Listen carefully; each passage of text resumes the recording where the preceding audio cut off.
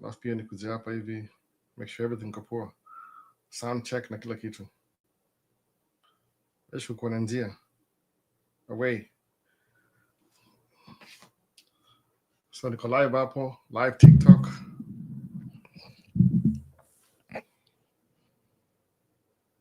Sijui imeanza, tani make sure sound iko fiti before tuendelee.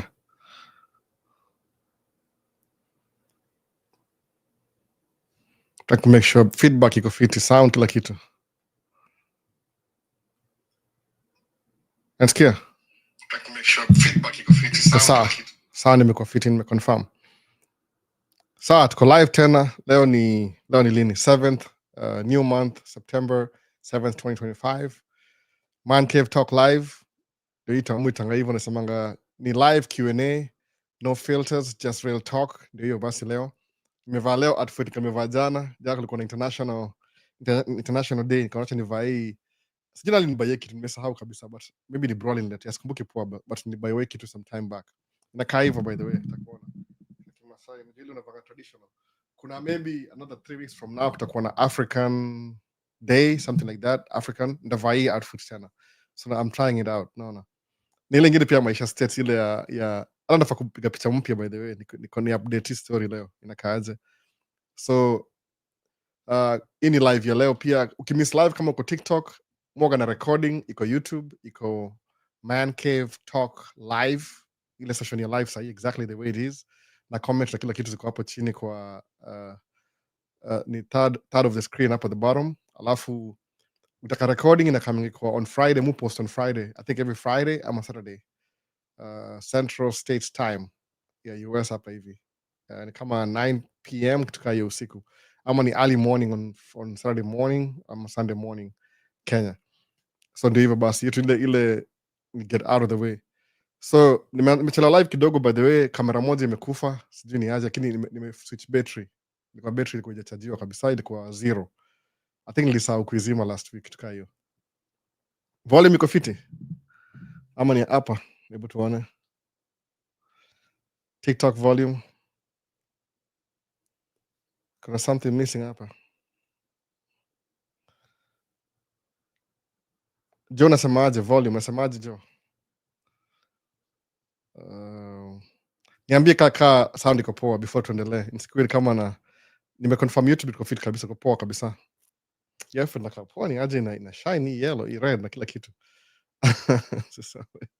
Anyway, so kulikuwa na makioneo saa mingi mapema hapa hivi YouTube, naanza nao. Kulikuwa na Maximilian Ngaia alisema fast in chat kama half an hour ago, I think so.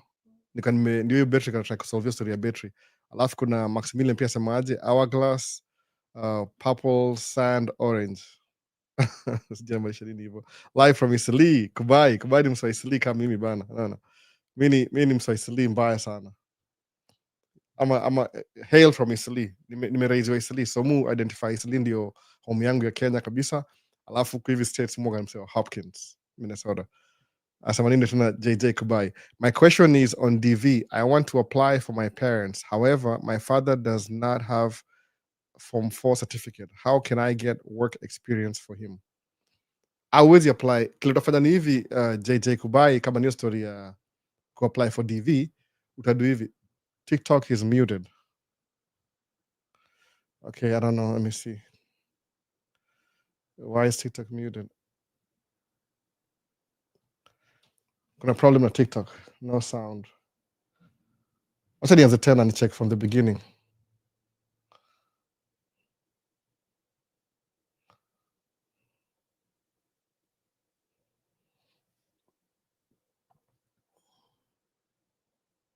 Something weird na TikTok, hebu tuone. Mwaga na dread hivi vitu una follow one alafu unapata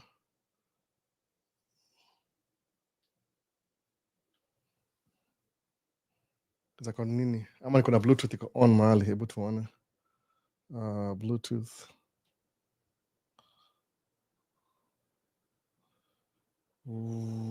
Here. Bluetooth. Oh, iko connected kwa Bluetooth flani hapo hivyo. Disconnect. Sasa, I think that's a problem. Mwaga na story mob. So, aishi mko tu natumia kamera. Kuna wireless headphones ziko upstairs zilikuwa on. Mtu yeye kamelala nikasema acha nisikize TikTok. Hebu tuone kama that's terrible. TikTok tuende tena live. Oh, sasa ina kama sasa. Tuende live tena. Go live. Mood ready story ya malfunction. Nikatia ni aje.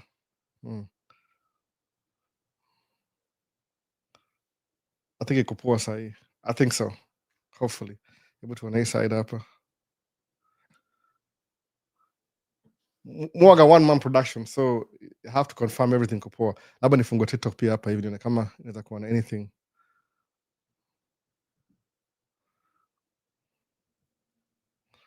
Back. Iko poa sahi. Sasa turudi kwa YouTube. Liko wapi?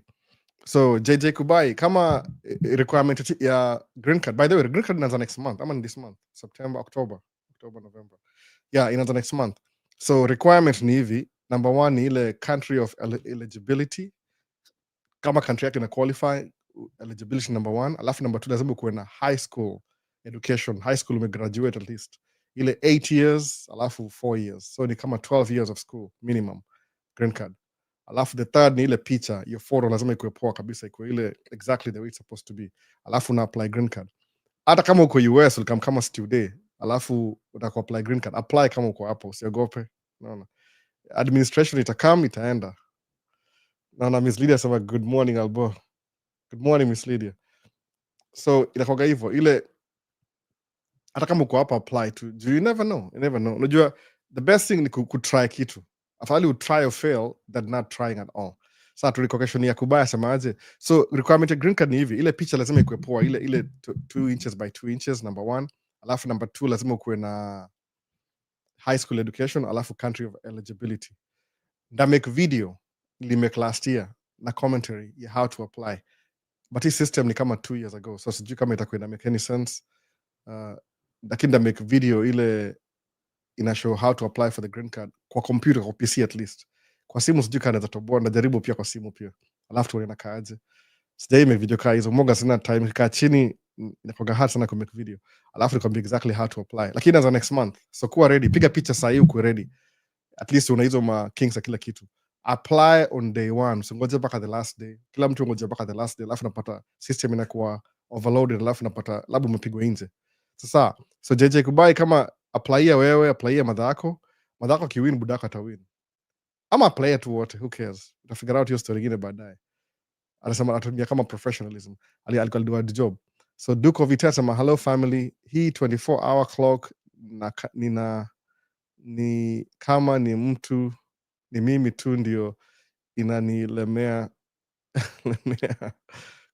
kusoma ama tuko wengi. 24-hour clock. So una minus 12. Anything una minus 12. Kama 24-hour clock una minus 12. Kama tuseme iko 23 una minus 12 inakuwa 11. Unajua hivyo. So JJ Kubai, just apply for him. Hiyo ingine itajipanga na huko mbele. Apply too, by the way. Afadhali apply or fail than not applying at all. Musamanga hivyo. Trying is better than not trying at all. Sababu usipo try, what else? Kama utry kitu, afadhali utry ufail, useme nilitry nika fail than not trying at all. Juu hautakuwa na ile, at least ulitry. Musamanga hivyo. Try something alafu fail than not trying at all. So Kamau Kiboya sema hello Albo, beautiful Masai outfit. Ni Masai outfit, I think so. Oh yeah, okay, my goodness. Kafikiri tu ni naangalia ile tradition.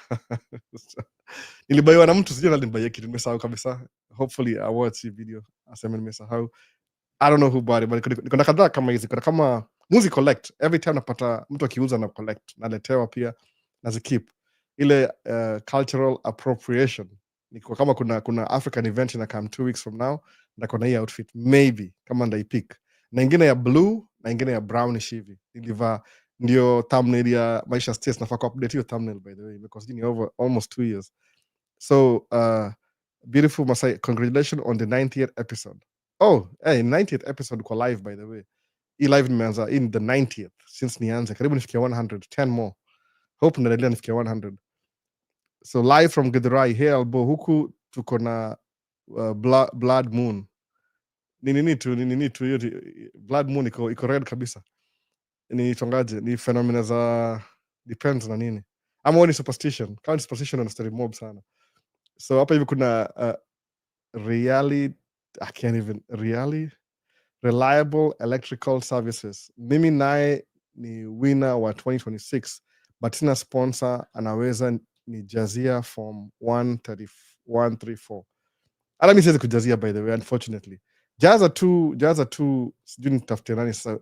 Tafuta ma services bana. Angalia kwa sababu mimi hasta qualify mimi juu nifalianga wase 2 years ago bado wako partner yangu, au angalia income. Alafu kama una family kubwa kama mimi na watoto wanne, inakuwa hard ku justify what I pay myself kama naweza kusupport pia. Utaipata tu, jaza tu, uliza bana, uliza. Get in touch na watu. Ni kitu muhimu sana by the way. Jaza tu. Sijui nikwambia aje the simplest way, najua ni hard lakini I'm trying to simplify it. Lakini jaza tu. Tafuta mtu akujazia. Michael Ochieng, rela kuzo, ongea na watu. Utapata somebody uko nakujazia. Mimi niko single kama hapa States nikiwin green card. Every year niko na jazia wase, every year. Niko najua how important it is. Ni ile tu after nishako na watu hii inakuwa hard juu inakulock. Au sema how many people you can support in a family. Kama niko na nasema kama niko na wife na watu wanne au ni 6. Alafu anaangalia income. So kiona kama mujilipa moderate kama tu ganji ya kawaida. Most of the money nabaki kwa business. Sinaelewa. Sema it depends who's asking. The fans? Sema okay, whatever. Anyway, VP Albo, hope you're having a great Sunday. Huku tunaona blood moon, lunar eclipse. Ala kabisa iko dark kabisa ama ni usiku ama inakogaje ile ina reflect na sun. You guys are lucky. Ili experience ile eclipse 2 years ago. Ilikuwa dark for like 15 minutes I think. Vup usiku, ikarudi tena. Hatukuwa na effect sana huku Minnesota, ilitupita. Record hiyo experience by the way. Toka kwa live uende record haraka alafu kamushare, mtumie. Kapoa sana hiyo story. Ni phenomenal. Hata sikuwa najua by the way. Naambiwa sahi. Iko up to date. Blood moon. So iko fiti, hope you're good. There are travels. Oh. So sound iko fiti, that's good. Road to 10K ni camera na ingoja hapa sana. Presley. Itakuwa open by the way. Napatiana, I'm seriously giving away. No. Aliza kwa hata A7 phone. Nilisema whatever camera ndakuwa nayo, you by that time, unapatiana. Yona saida kuna kamera moja nafaa kubuy. Naitwa Sony FX2. Nikibuy hiyo FX2 ita convert hizi kamera mbili system to one. So nataka ku minimize. So nikiminimize A7 phone ndapatiana. I'm serious kabisa. 10K hivi raffle napatiana. Whoever who gets it. Mr. Kujua. Naona. Busa manga hivi niko naongea na nani jana anajua. Nipo yani kusema hivi. Yani live life. Camera ni things too. Ni things you can always replace cameras. Isn't just stuff. Ni stuff by the way. It's a big deal. Usiweke too much faith na things. They're just things. No, hizo ni stuff. Weka too much na knowledge. Ama si knowledge ata. Knowledge si ni important sana. Na experiences. Which means you're living life. Just live life. No, hiyo ndio sema hivyo. Live life. Nothing. Camera ndakuwa nayo leo itavunjika, ndaba ingine kesho. Okay, do utakuwa broke leo, utamake do kesho. Even something as long as you alive, living and healthy, hivi tutakam, utazimake zakam zitago. Unaona? Kama microphone nitakureplace hii microphone hii hapa even replace na ingine. Hata isha kam ni vile sijai test bado, sikuwa na time poa. Alafu nijue, yani na try ku streamline. Niko na so many scattered things. Mtu yole semaje, one of my kids, kuna treadmill hapa nyuma, atakutumia treadmill. So inabidi ni dismantle this studio, haraka ni rearrange ndio kuna time. Maybe nita move to the other side, alafu ni muachie hii side. I don't know, figure out. I don't know if I can monitor na TV hapa hivi. Kumwaga na TV hapa by the way. Na monitor YouTube kama live inakaje. Hope si noise sana. So sahau. To monitor haraka. Na what? Na Maisha states. Kwa hivyo so ile unatry to make sure that everything iko poa. Ngoja ni monitor ni kama niko fit. Iko on. As a monitor story iko poa. Tuachana naye. Okay, mkuu, I like your content bro. The way you encourage people. lazima by the way, share personal experience. Ukiangalia compared na positive news na negative news, the world is full of negativity. So kama uwezi kutoa hata an ounce ni measurement, unit of measure, an ounce of positivity, utamake, how are you going to make it up through the day? Sababu by default life ni hard. I mean, according to me at least, according to me, niseme tu ni specify. Kuna wase they're having it so good. Maybe by default life yoga hard. So why would I dwell on negativity? Afadhali dwell na positivity, naona ndio at least ini move to the next step. Juba ukisema tu oh man, maisha ni ngumu, hiyo by default. So mu dwell exactly the way I think. Kwa life yangu kama ile illustration ya the glass is half empty or the glass is half full, mu focus na the glass is half full. Kwa nini? Kuna more potential ya kuongeza hiyo half ingine ikuwe full kabisa. See it, it's half empty. Half empty ni kama, unasemaje, ni kama ile unathink na ile scarcity mindset. Unajua world imekuwa kila na scarcity mindset for a long time. Imagine, sijui ni how many years. Ukiangalia colonialism ni hiyo scarcity mindset. Ukiangalia economy ya sahii, scarcity mindset. Ni kama yani kuna limited resources, alafu the fastest one to get to the resources ni ana win. Everybody else loses. No. Survival for the fittest. So kusema una duel na negativity is like unapatia hiyo negativity strength kuishi hivyo. So I'd rather duel na positivity. Something ni hard, unaona? Isemangaji, if something is hard, keep going kama ni hard. When the going gets tough, the tough people keep moving, get going. Hiyo song, sitaki kukota song mzima, sina hizo rights.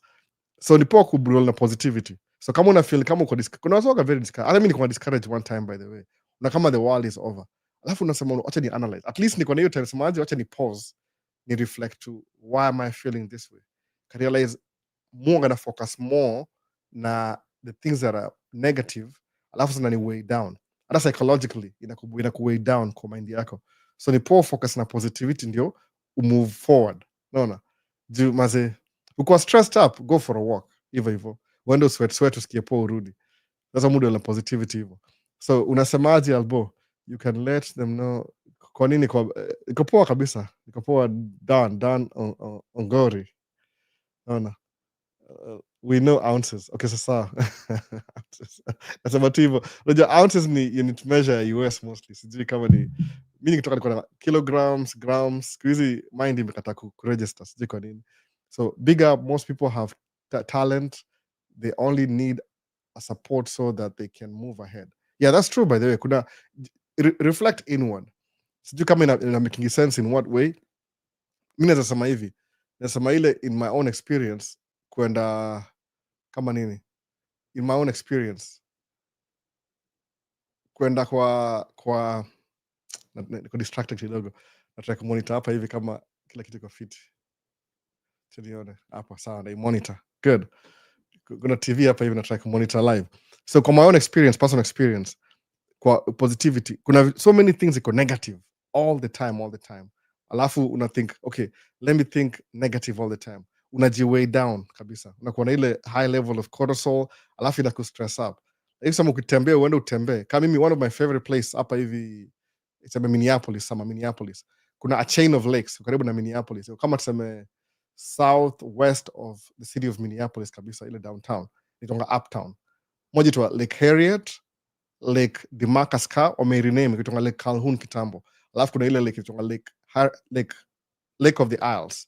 Lake of the Isles ni like make movies videos kumoja vlog. During the winter you freeze, so wasa utembea kwa frozen lake. So mimi one of the best place nimekuwa nikithink about my ideas, alafu inanisolve your problems zangu mingi ni historia.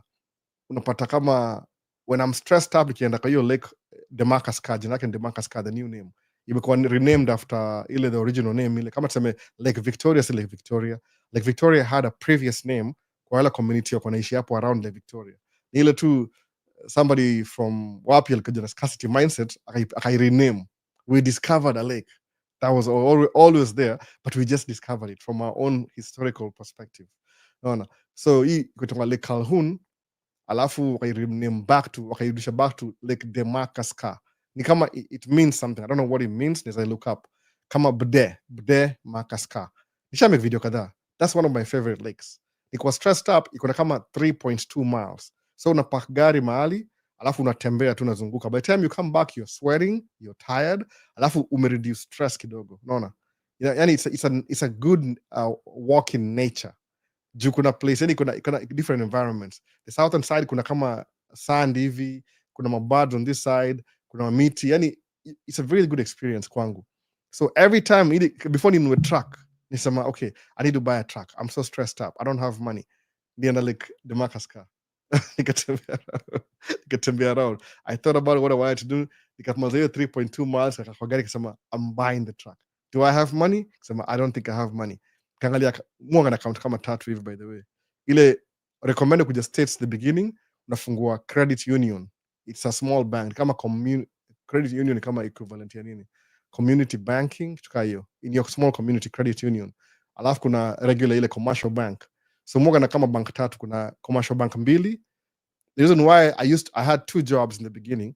One job iko nilipwa na US bank, check, alafu niko Wells Fargo bank. So niko na account 2, but nilifunga hiyo account anyway. Sasa nina mingi za business na nini. So nikaangalia all my accounts kusema wait a minute, kumbe nina do. So I was so stressed up that I just could think kama ningekuwa na enough money ya kubuy truck. I went for a walk around the lake. Kurudi realize wait a minute, I have the money. Kusema okay, what's the worst that can happen nikibuy truck? Ni lose ama business yanguke. But what's my experience of just trying things even if I fail than just not trying at all? Nilitry, nikaenda buy truck yangu ya kwanza just like that as a joke. I don't want to sell it. Aliniuzia eventually. Ndamekio story. Hiyo truck ilikuwa mzee vibaya. 1989 model. Ndio imenitoa from the trenches. Lakini nilikuwa single, sikuwa na familia siku hiyo. So una build upon, just try something, alafu ukifail, imanishi eti ukifail ati that's the end of it. Hapana, try something else. Ulitry kakataa, try something else. Moga na example yangu. Kuna dem fulani nilimit hapa hivi Mkenya, tulikuwa na yeye Milimani Primary, tukajuana, tukaanza kuongea, I had a lot of in common, tulikuwa na common friends, tukatry kuoana, ikuingiana. It never worked out. Sasa tuna mtoi ako karibu 15 years old. Hatujaiongea the last 12, 13 years. But guess what? I tried, at least nilitry, haiku work out, I tried something else. Niko na wife yangu saa hii, so fight kila siku. Naona. Lakini still na watu watatu. Nasamangaji ni ile life goes on. Ulitry, ukafail, try something else. Nasema hivyo. So kisema ukidual na negativity, itakupull down. Naona, tuenda kwa Q&A bado. So road to 10K, see camera na ngojea. I'm giving away a camera, by the way. Na track hivyo. The Masai kitenge. Ni kitenge hii? Looks good on you. Hii kitenge kweli? Nize shati zile zitongaje sijui. Kitenge, something, I think so. Na kadhaa, na mob kama hizi. Muzi buy anytime. Whoever who's selling, ndazi buy. Ado kinipatia website sahi, nikipata inaza buy ingine nda buy. Hii ni size XL, I think XL. So greetings, great to be here. Kwame, karibu sana. Kwame ni mse anafundishanga, ni a teacher, sitaki ku get it wrong. Nisema ni English ama ni biology ama mathematics in China, Beijing, ako Beijing. So kama kana kuishi Beijing, ongea na Kwame, what do you need to do? Ako hapa hivi, ndio hii jina yake hapo ni mwacha for a while. Sawa, Kwame. So kuna Maya asemaje, nipe dem mzungu bwana. Maya siwezi kupatia dem, utampata wewe mwenyewe. Angalia statistics. Minnesota, mwisho hapa Minnesota.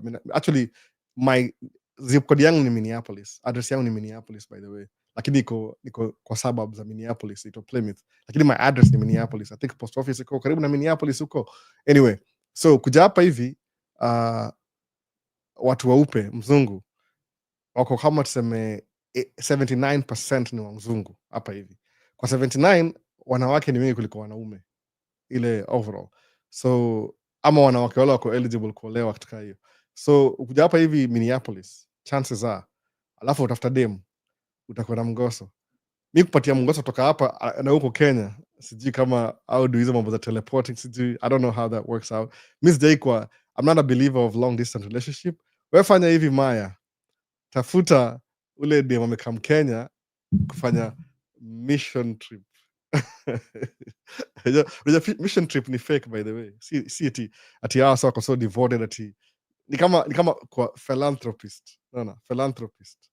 Unaona? Nitatuma fare, atakutumia fare. Unaona?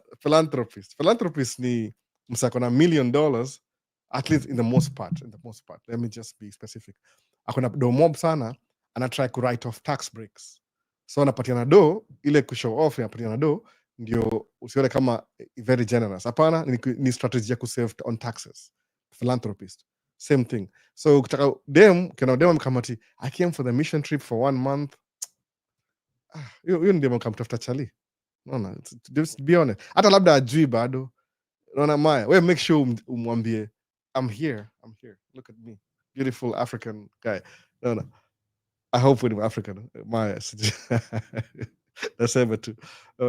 Kwambia Dero Travels ndio hiyo hapa, Dero Travels sana. Dero Travels, kwambia Dero Travels mazeni aje. Ule ndio kana interview. Ongea na yeye bana. Unaona. Show up kila siku uone. Mimi sipatiani madem. Sina hata nimekupatiana. So Rai asemaje, what's up Albo, it's been a while. Rai ni aje bana, upotea sana. Ama umenyamaza sana. Unaona. So kwa hivyo bana. So he Albo Rotich GSK. Hi Albo Rotich. Mimi naitwa Albo Rotich. Sijui. Hiyo ni jina langu ya Kikale. Sasa mimi naitwa skizi naitwa Albo Rotich. Hiyo ni jina langu ya Kikale by the way. So iko poa kabisa bana.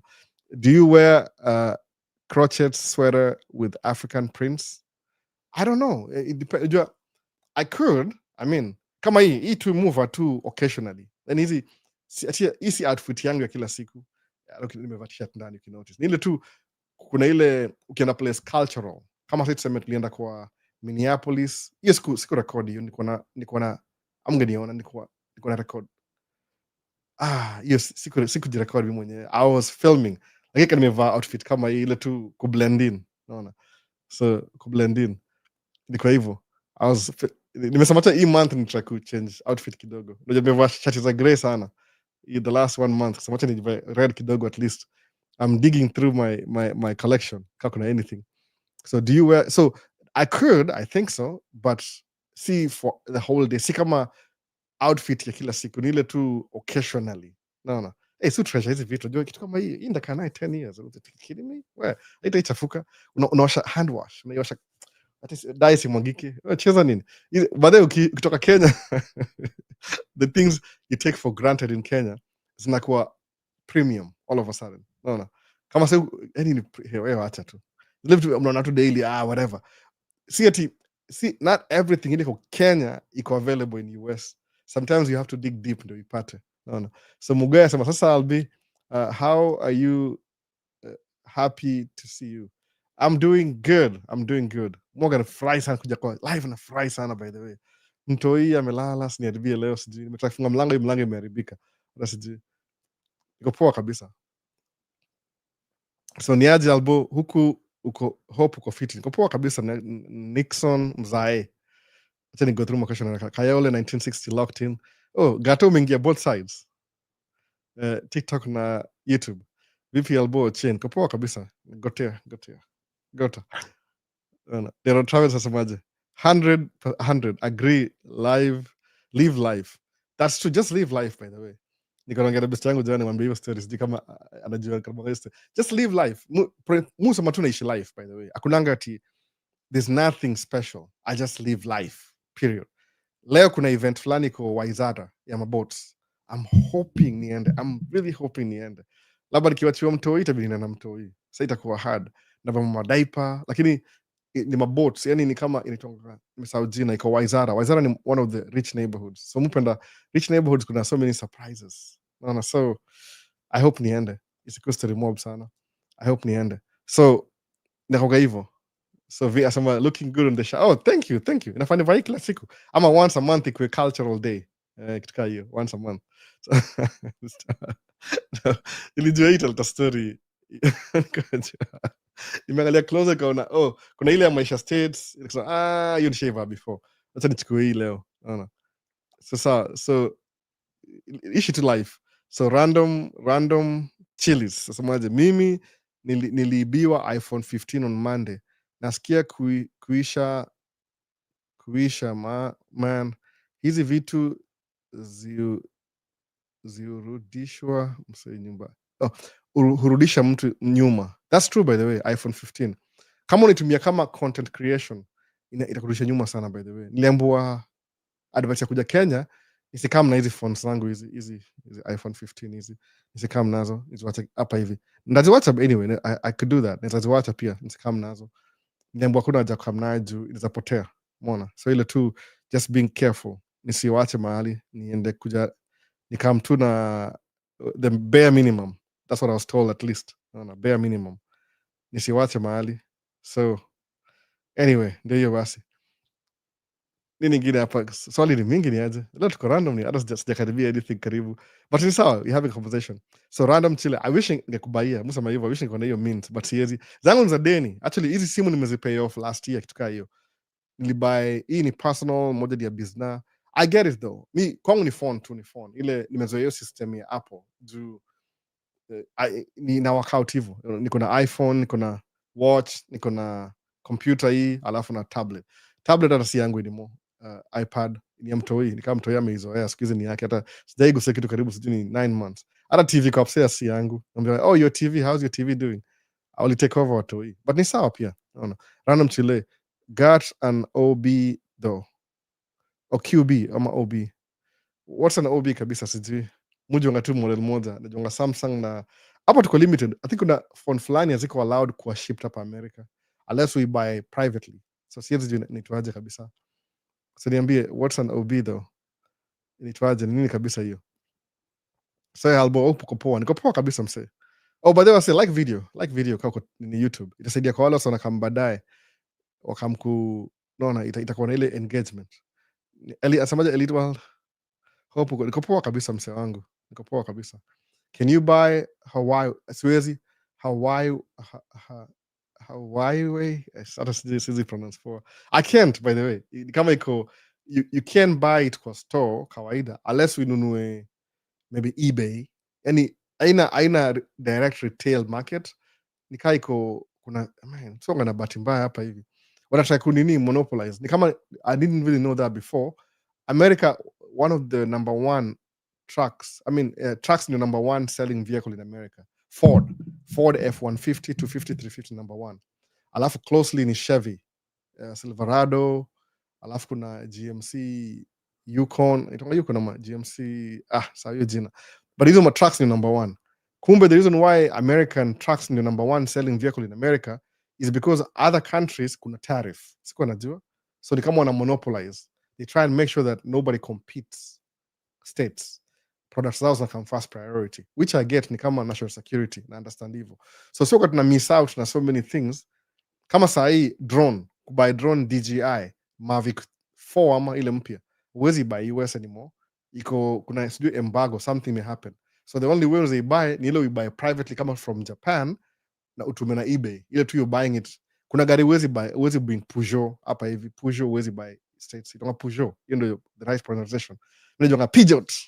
Peugeot. So huwezi buy Peugeot America kwa nini? Hakuna support system, hakuna shop, hakuna parts. Naona. It's itakuwa gari kiharibika inabidi uship something from France. Kuna hizo ma restriction. So as much as US iko na ile asema the most freest country in the world, whatever, but kuna vitu ziko restricted. Utaiziona hapo kabisa. So nyinyi mna bahati mko more exposed na vitu more than sisi. Tuko locked na iPhone ama Samsung. Samsung ndio gonna compete na iPhone mbaya sana. Na Samsung ni poa by the way, ni tu ile system yangu yani mimi sikutaka, mimi mse wa PC mostly, but nilibuy MacBook juu hizi kama live. Unajua live mtu mia MacBook Pro 2018 in case msema ni 2018 ni mzee hii kitu ni mzee sana. Nilibuy sijui before others kumbuki ni 2019 hapo. So ni Apple leo stable kwa hizi ma presentation na nini. Lakini my daily computer ya edit video ni PC ya wife by the way. What's your profession? So what's your profession? My profession, I'm just a guy. My profession, I'm a truck driver. That's my profession. I drive truck and do videos on the side. That's what my profession is. Just in case you want to know. So should one sign up as a DBE, disadvantaged business enterprise in trucking? Yes, please do. Kwa your state. Inasema, it's like unasemaje? I'm here. I'm here. Unaweka flag. I'm here. I'm right here. Nione. Sign up. Imekuwa process. Hata mi yangu ni kama wali drop. I'm trying to resign again. Hata sijamaliza. I'm still waiting for them to come back to me. wameitoa sijui this year from February, so nime reapply tena. So random chills you don't have in this time to lose things, so don't have an attachment to things. Naelewa. Do you make more than 15,000 per month tracking? Kuhu. No, I make like very small amount of money. 15 is I make in 2 months in tracking. 15. So what do you mean? As a truck driver? Yes, I make. As a truck driver, I make like maybe 8 per month. As a business owner, 25. So the rest ni ile saidia business. So as a truck driver, 8, as a business, 25 a month. So that's what I make. Who's asking? Kuhu. Hi, Albert, listening from Kisumu. Steven Jogeto. Why in Kisumu? Specify. Mi najua Kisumu poa, sijui poa, but najua most places. Why in Kisumu Jogeto? So Ibrahim Onami, YouTube yake inaitwa aje? Huku US, I think ni Huku US, I think so. Huku US. Ni yake. Kama alichange sijui, but I think that's it. Nigawie mkuu. What? Nikugawie? Mi niko na watoto 4. Aje sasa ba. ni do tu, unaona. Half of it, hiyo chapa ile sema I make in a month, tuseme kama 80% is gone by the time the month inaisha. Unakatuma check. Unaona. Kuna lifestyle expensive. Alafu business ni business. I'm not the business. So inaitwa Huku US, I think so. Unless I change jina sijui. So hello brother, nice to see you. Vincent. Oh, ulikuwa both sides ama? Hello brother, nice to see you, Vincent. Good to see you too, Vincent. So hi Albo, silent follower, Sam. What's up, Sam? Sema something. In live Q&A, live. You can ask me anything in the live, up until live. So let me touch. So I think I'm live. Oh yeah, I'm live. In live Q&A. So ask anything. Sahi. Ukiona video ni comments to interact. So do you make asamaje? Nigawie mkuu. Yes, sijui za gawie. Uniadapt nikuwe tukue watano. Siwezi kuadapt, unfortunately. No. More kana I only raise my kids, wale watoi wangu kabisa clean. Siwezi toboa by the 4 kids. America watu wana 2 kids, 2.5 kids. Half ni dogi. Mi na 4 kids, hata sina dogi. Si cheap, maisha ni hard, ni expensive. So usipige U-turn kwa highway basi kama ule baniani. Mi nasifanyanga U-turn. Mi najua, I know better, by the way. I know better. Okay, nimepiga U-turn nimechizi kiasi. I don't know what happened to me. Maybe niko kichwa imeruka. Ni dangerous. You're not supposed to do that, by the way. Hata kuna people are still doing it still. Sijui kwa nini. Wanafuata GPS sana. So Mungu zaa akasemaje, hi Albo, poa kabisa. Vini vipi? Nice shirt. African well represented.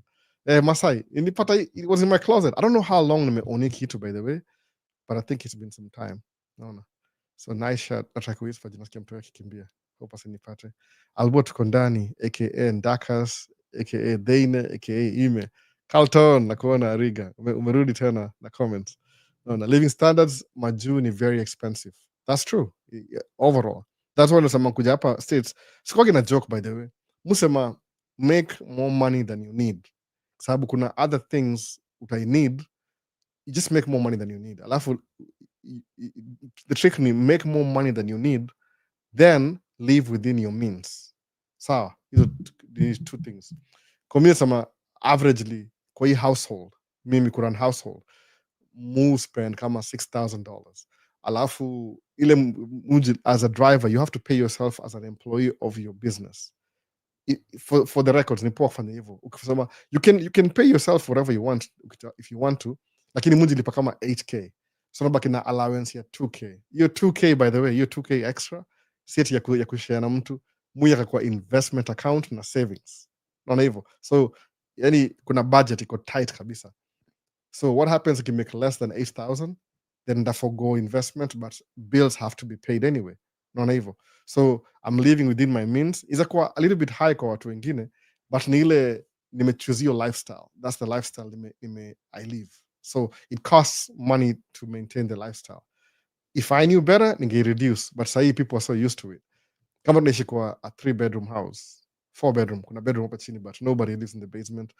Naona si bedroom kabisa, by the way. You can unofficial bedroom juu aina dirisha outlet, au sema bedroom needs to have closets, alafu ikuwe na at least window.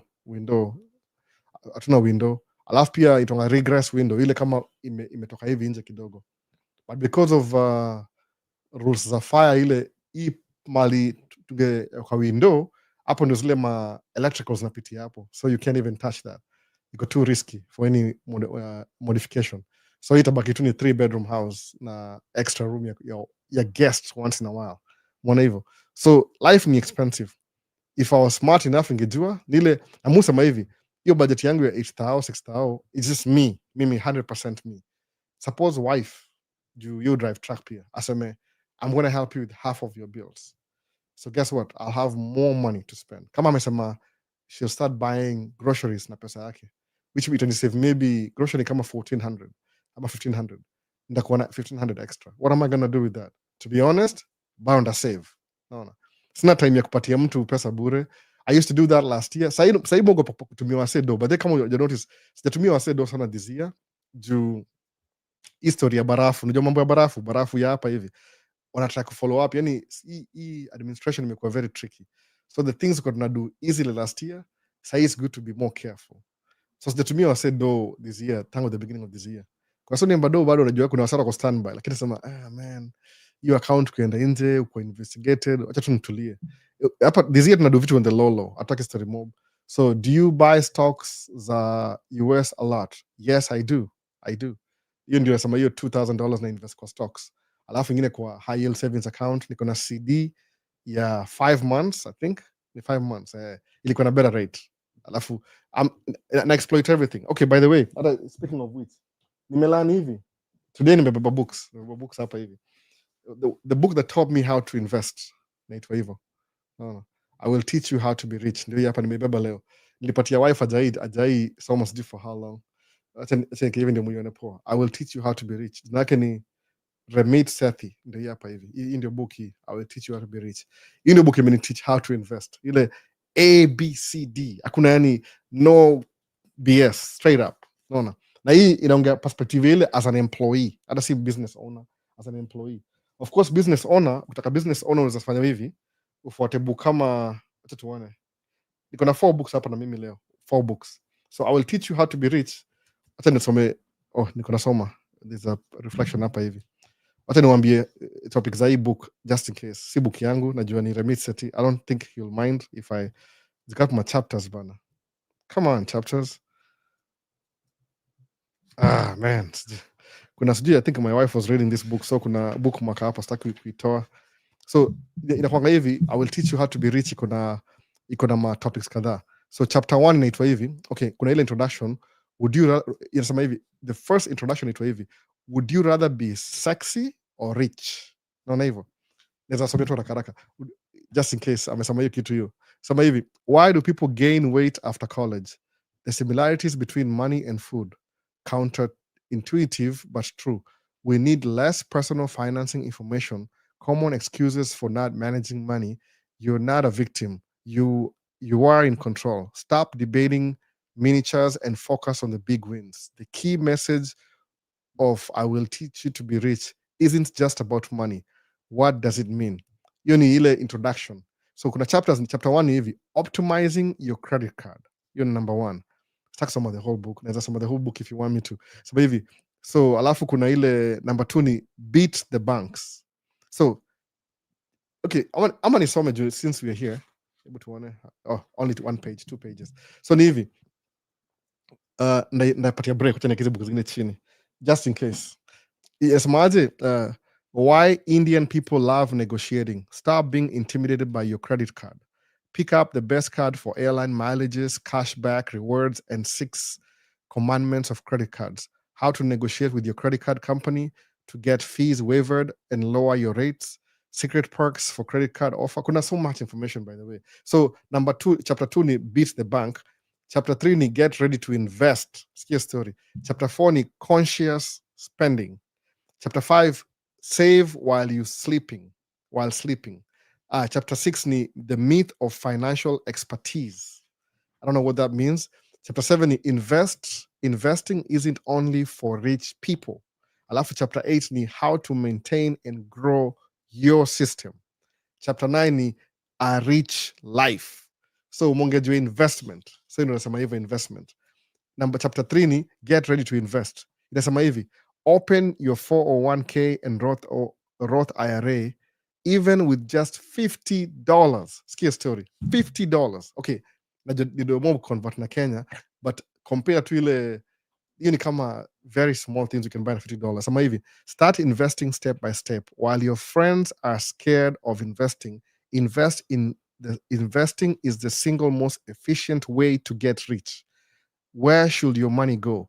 Introduce the ladder of personal finance, mastering your 401k, crashing your debt, and the beauty of Roth IRA. What about robo advisors? The exact account I use, feed your investment account, HSA, beyond retirement account. That's what it is. Hiyo ni investment. Tena kibook down. Ndakuwa caught up. Sikuja hapa kuwasomea anyway. Yani iko na ili book imenifundisha yani ile step by step. This is how you invest. Last year too, by the way, I used to invest kwa Robinhood na Acorn. Ni app moja. But sahii ndio ile the real. Yani alisema you open an account hapa, ufanye hivi step by step. Najua it makes sense, lakini believe me, it will make sense at some point. Ni ile you invest your time, your money over time inakupatia do. Did I miss any question? Able to read back to nini? Ilikuwa nini ingine? Ilikuwa nini? Able to one. Okay. Wife yako anadu tracking and halipi bill kwa how is it possible? Oh, it's very possible. Unacheza nini? Ujaisikia ile concept ile osamanga very careful. Osamanga my money is our money, her money is her money. Inakuanga hivyo. Ni very possible. Madem wanaraiziwanga hivyo most of the time. Ni ile akona student loan debt, akona vitu zake. So ame choose to. Mi simlazimishi. Mi nisemaje, mi ndio naoa. So nikioa, ndivyo na aunti yangu anambia, wanaume ndio wanaoa. Wanaume waolewi, wanaoa. So mi nilioa. So kama nilioa, okay, sikulipa mahari, sikuwa na dowry. So my sister-in-law alisema, yeah, you didn't give us any dowry, but you pay for it every day. Iko tu ile in installments over time. That's why lipangi bill just kulipa dowry. Okay, I just joke anyway. But hivyo. So hi sir, how do they pay you for the load you haul per trip? I haul loads to oil fields. J Magata. So I don't certainly per hour, hourly. So the jobs, the construction, ni federally funded, state funded, sometimes ni county funded, sometimes ni city funded. Hizo my level of government. So ni kama road maintenance. Okay, occasionally so do private, vitu kama private hivi, kama tuseme unapata private companies, certainly per hour. The thing ni ile, they want to move, maybe want to build basement. Kuna video moja nimemake by the way jana ama juzi, sikumbuki ni when. Ilikuwa I was going to the dealership, ilikuwa Friday. Nikaenda kwa dealership to get my van, ile van yangu ile Ford Transit, kwa ile service interval. So nikanotice kumbe hiyo place hiyo it was Superior Ford, iko next to a job that I worked for before last year. So they were building apartment buildings. So before the builders wakuja kwa hiyo site, hiyo wanza na developer. Kuna developer na builder. The developer prepares the landscape for the builder. So what they did ni they needed to move a bunch of dirt ama clay, ile wali carve out, ile excavation ya juizi apartment ziko I think ni 4-story tall, lakini kuna underground parking. So underground parking lazima udig down kama one flight. Kuna basement ndio parking, first floor ni manyumba, first, second, third, fourth floor. So excavate your story inaanza kama 7 o'clock in the morning. So what mi nafanyanga ni ile dump truck, they load me whatever that stuff is, clay, ni excavating, alafu we move it to another location. So hiyo video kwa channel yangu inaitwa $1 million houses. So what we did ni hivi, we were moving your dirt from this location here, apartment building, multi-family housing, to $1 million development in a different area. So what's a different area kwa nini? Pia your $1 million place ni walifanya hivi. They had to excavate for the individual houses So what we are doing kwa mboga mchanga ndio wa level ground. So they needed more dirt. So how do I get paid? If I show up at 7 o'clock in the morning, the job starts at 7 o'clock. I'll be hauling loads the whole day until 7. You need 12 hours. So they'll pay me per hour for being available to do that. So what happens, Nile, how do I sign in? Sign in, ukisha show up kwa job at 7 o'clock, your clock is running. So the last load, if you pick the last load, as soon as I dump the last load, my clock stops. So ule msel supervisor ama project manager ama field officer, kuna jina more about itwa hivyo, anatusign in kwa hii job asubuhi, alafu the whole day until 7 anatungojea kwa dumping site. So when we come back to dump ile per truck, so kama mimi ni dump 6:53, hiyo ni 7 o'clock. Kama ni 7:05, hiyo ni 7:05. 7:10, hiyo ni 7:15. Wana move kwa interval ya 15. Ile 7:87. Kama, so I'll be signed out when I get done. So we are paid to be available full time. So what you don't want to do kwa hii job ya construction ni kuchukua break uende for 1 hour kula lunch. They don't pay you for lunch. Watadeduct your story kwa sababu you're paid by the hour. So what I do ni ile mu bring lunch yangu kwa truck.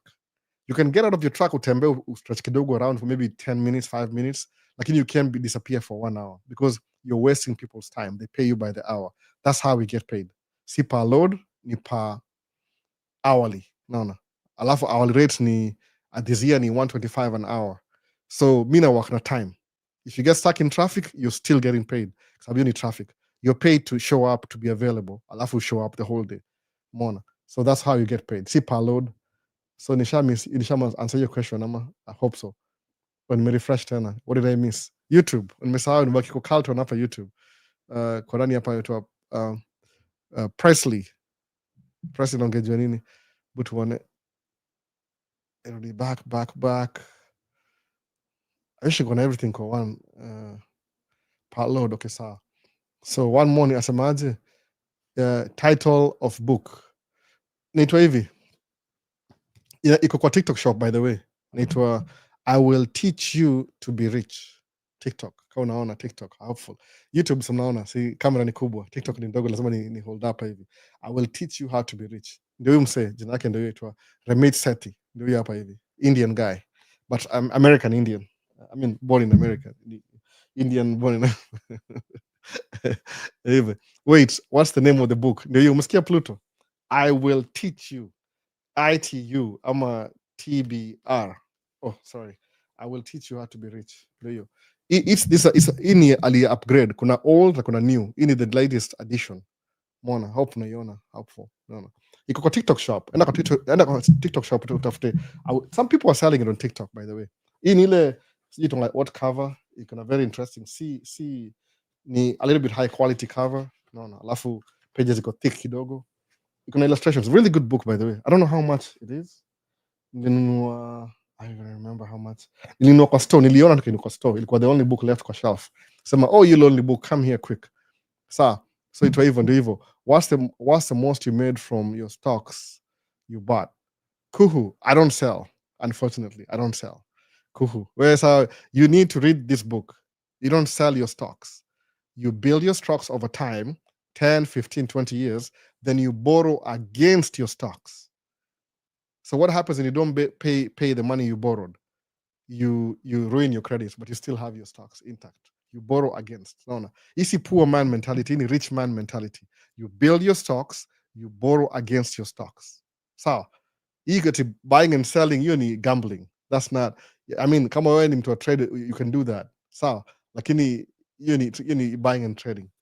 So, pia on Amazon, Amazon pia. Wase wako confused juu in front camera. Ibu, nikiaje? So, nikiaka hivi, alafu, how do I do that now? I don't know. I don't know how to front camera. What do I do? TikTok. Hivi.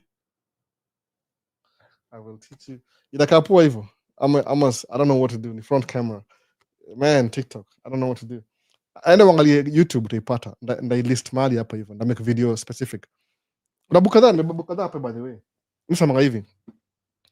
Kama ujui kile unadu kabisa, these are the only ones naweza pata. Unajua mupatia wife asome book alafu aniweka kwa shelf yake alafu anasahau. Kama hii nimedig out imepiliwa up na books. So one of the books nilisoma about it's not Dave Ramsey, nilipatiana, I think nilipatiana. Inaitwa Dave Ramsey itwaje? Man, I need to have a copy here. But kuna hii Rich Dad Poor Dad, Rich Dad Poor Dad. So hizo zitasaidia TikTok. Can you switch the camera on TikTok? Hata sijui. Inaitwa Rich Dad Poor Dad, Robert Kiyosaki. Hii ndio book nilisoma pia, Rich Dad Poor Dad. Inasaidia tu ile general understand difference between a business owner na nini. Alafu kuna hii The Psychology of Money.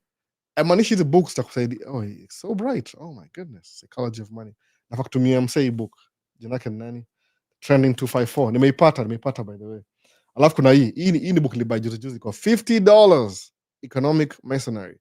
Pia naongea juu ya something about business. Sijasoma, niko sijui chapter ngapi.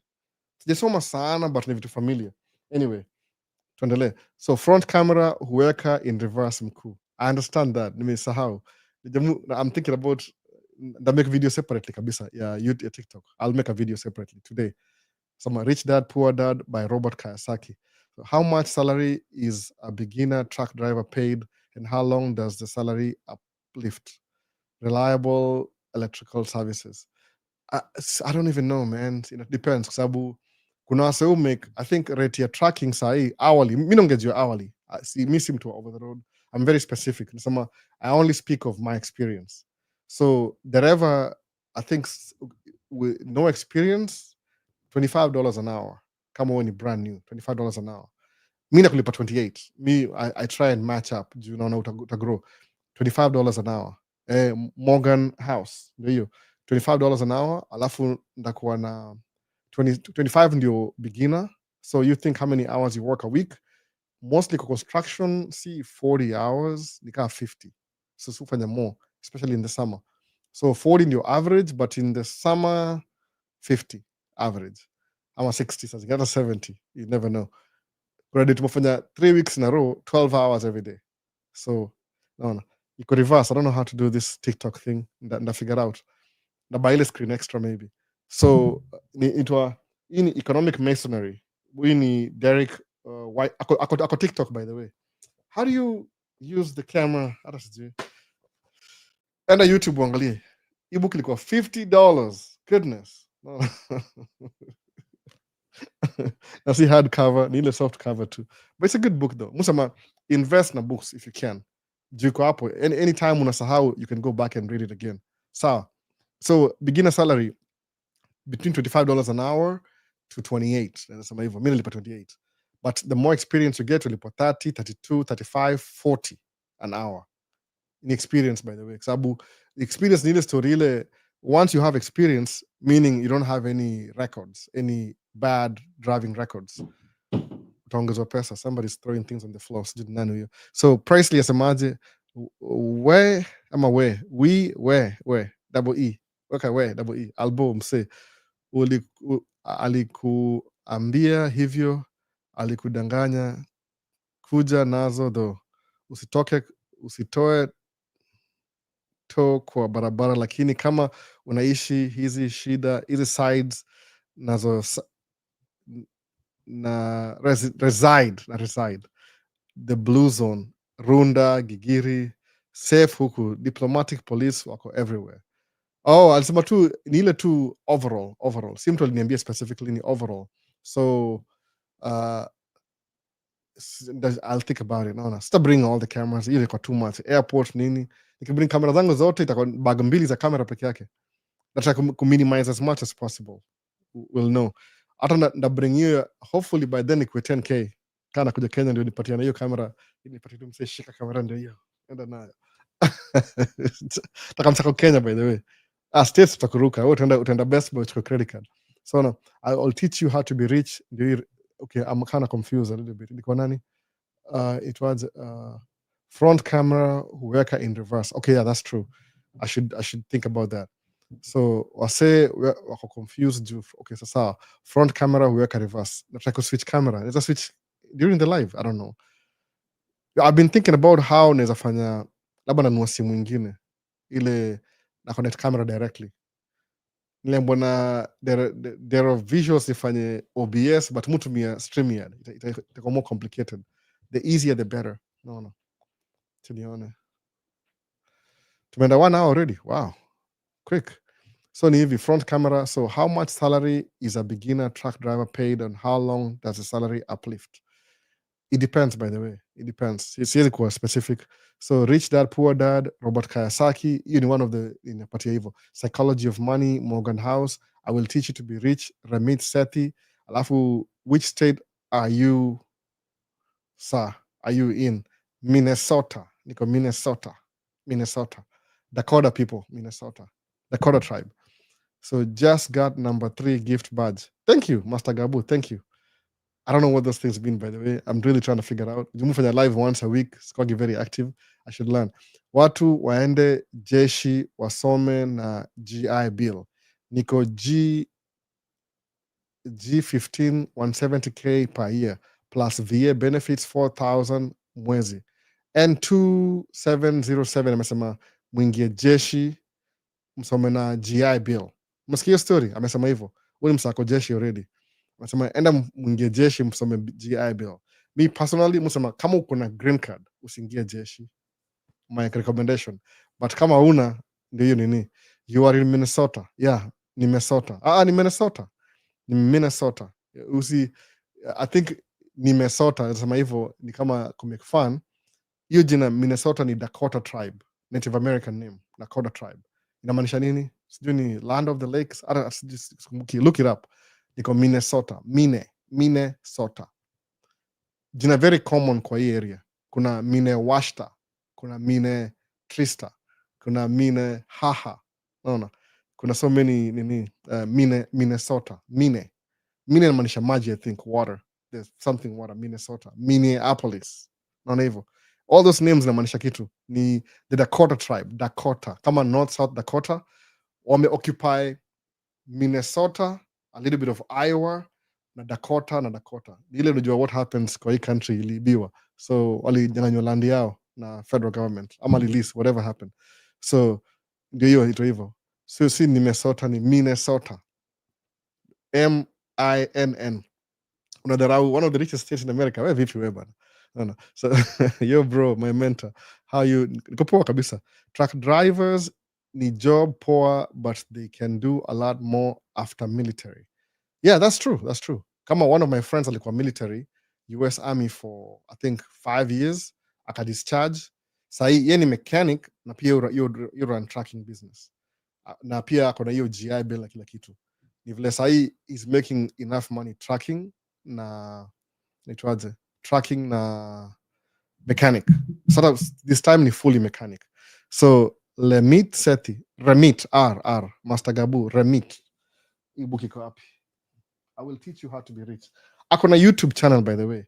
Akona YouTube channel. So if you can't read the book, enda kwa YouTube channel yake. I think he goes through the whole book, one of the videos, juni gani.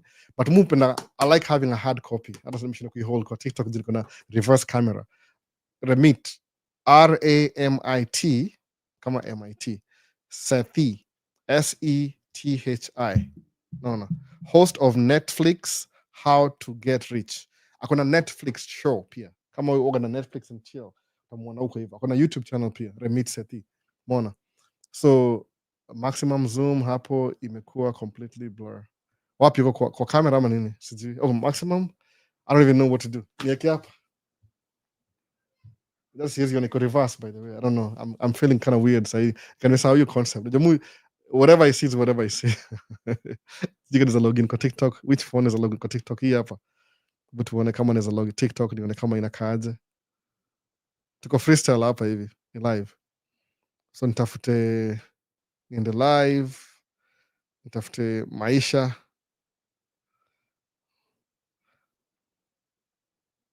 Maisha states ndio inakaaje. Tani monitor. So ndio live. So nikihold book hapo inakaaje, hebu tuone. Nikihold book hivi itakaaje. Iko opposite. I see that now. Okay. Monitoring TikTok. Iko opposite. Get it now. I get it. That's like to me a camera you next time. So So wasema nikuje kwa hizi mamtaa, so nichukue Airbnb kwa hizi ma diplomat police everywhere. Sasa nafanya hivyo. So do you suggest, hebu tuone Miss nini, Ramit Sethi book yake imesota, nime yake nime Ramit Sethi book yake nimesoma, but sishiki kitu tusaidie to explainia Master Gabu. So which part? Ongea tuongea, naweza try haraka haraka. Unajua kuna ile kuna kama unaishi states uta understand juu iko based na ile concept. Musamanga hivi ni poa kusoma information ile understand, alafu one day ita make sense. Sawa, juu iko applicable everywhere. Najua hata mimi soma book kama 5 times by the way. Honestly speaking, I'm not kidding. So far nimesoma hii book twice. Nimesikiza audiobook once. So still the first time kisoma ilinipita through. Nothing happened. Second time so nikasikiza ile audiobook. Alafu nikisoma tena sahi because nimeanza kuwa na nimeanka yani ile sahi okay 1 2 3 investment na feel kama ndakuwa nini Kashu invite you to co-host as co-host sahi sina time kuna sana na simjui ni mnani, so asema hivi, so hiyo book yenyewe isome kama 5 times and soma the whole book upate ile concept kama you're flying around the book, alafu kuja useme chapter 1 alafu try kuinterpret. I wish nikuwa na time ninge explain hizi book poa sana na permission ya mwenyewe juu you can really do a video u explain book ya mtu. Hii book iko na copyright hapa hivi naona iko na walkmanpublishing.com available as an ebook cover. Lazima nipatie permission kuishare kwa internet juu si material yangu, unless niwaambiaje I'm not making any money from it, na explain tu ndio ile watu kuja winunue. Naona that's it. If I'm promoting sales, they might give me a discount. Lakini kama ni story ya kuisoma tu outright ni illegal. Naelewa ni illegal. See, I can't do that. Wata shut down channel yangu kabisa. Itakuwa kama I'm stealing intellectual property. So truck driver ni job poor, but they can do a lot more after military. N2707. That's true. N2707 sema hivyo. Jina lako nani N27? Jina lako nani bana? Si kuja uongea hapa hivi. Ndio wase. So kuna nugget hapa hivi asema hivi, you can do more tracking. So kama uko hapa already, kama uko Kenya pia. Why do you suggest so?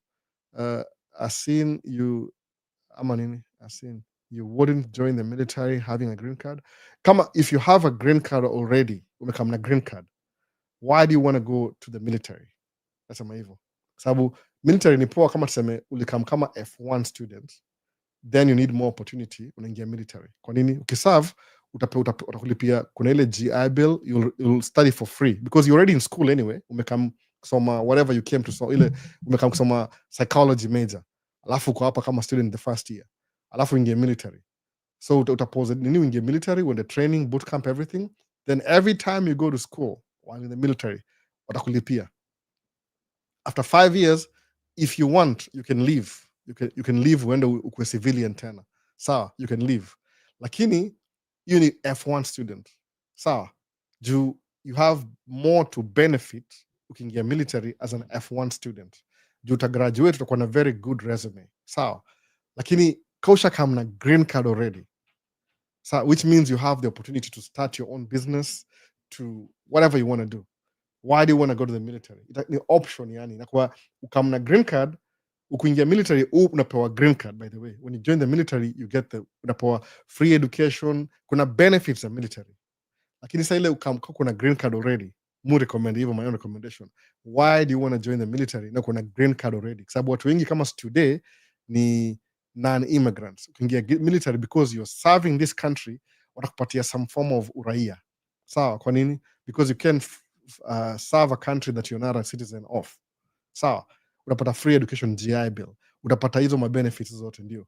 Lakini kama uko na green card already, usha bypass hiyo story yote ile, uko mbele, yani already where you're supposed to be. Ukiingia sawa, if you're young enough, sawa pia unaweza ingia ukitaka. Lakini mu recommend anza business instead. Ukiingia umekam na green card uko 22, sawa, I mean come on, 22 na uko na green card ama 21, what do? Unaingia shule full time, unaanza job on the side, una graduate 4 years, unaanza business, unaanza share stocks na kila kitu. By time uko 30, stocks zako labda kuna $500,000, ile shares zako ile value kwa stocks ni $500,000, then unaendelea hivyo na grow specific path.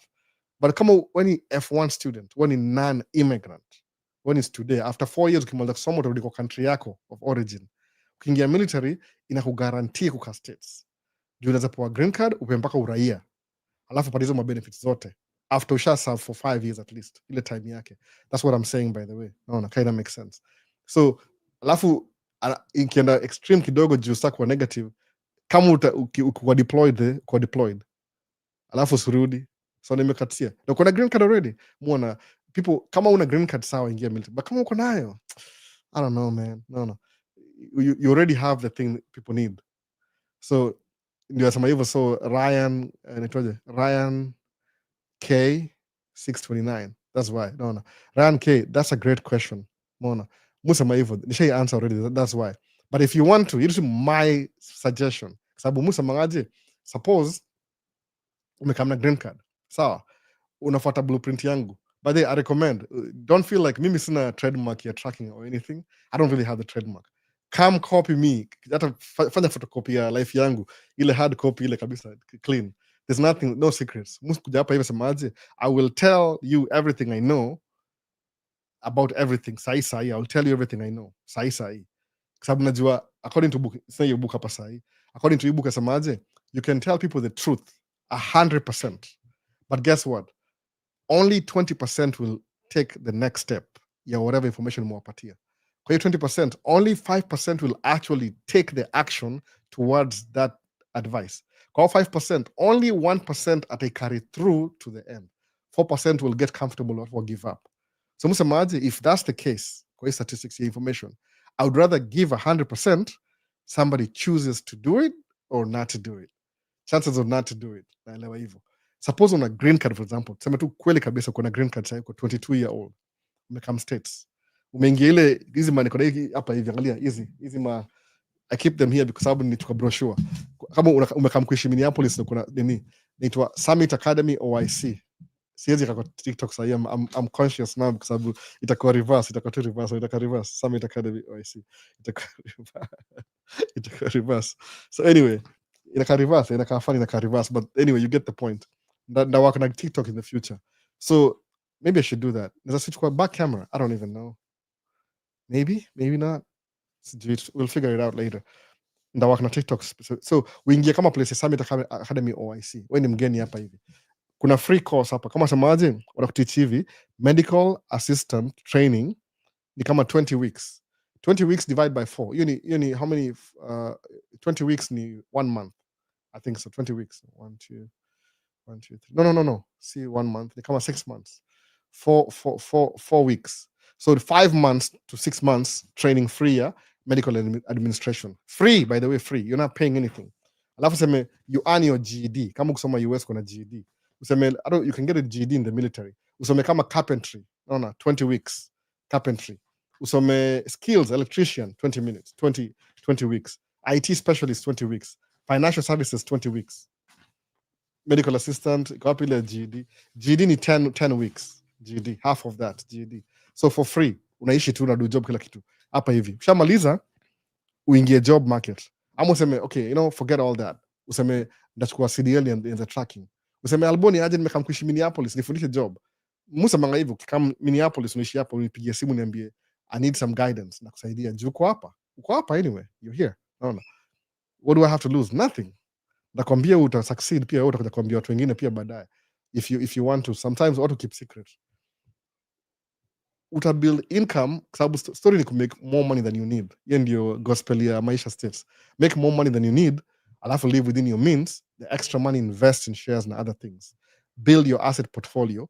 Anza business, by time uko 30, 40, usha retire na uko worth 10 million. Sawa. How many things can you do kwa 10 million? Well, imagine your story. Utakuwa anywhere you want. Ukiingia military lazima usa 5 years, alafu ingie chuo. Sawa, if that's what you want. Recommendation yangu, you're better off starting a business.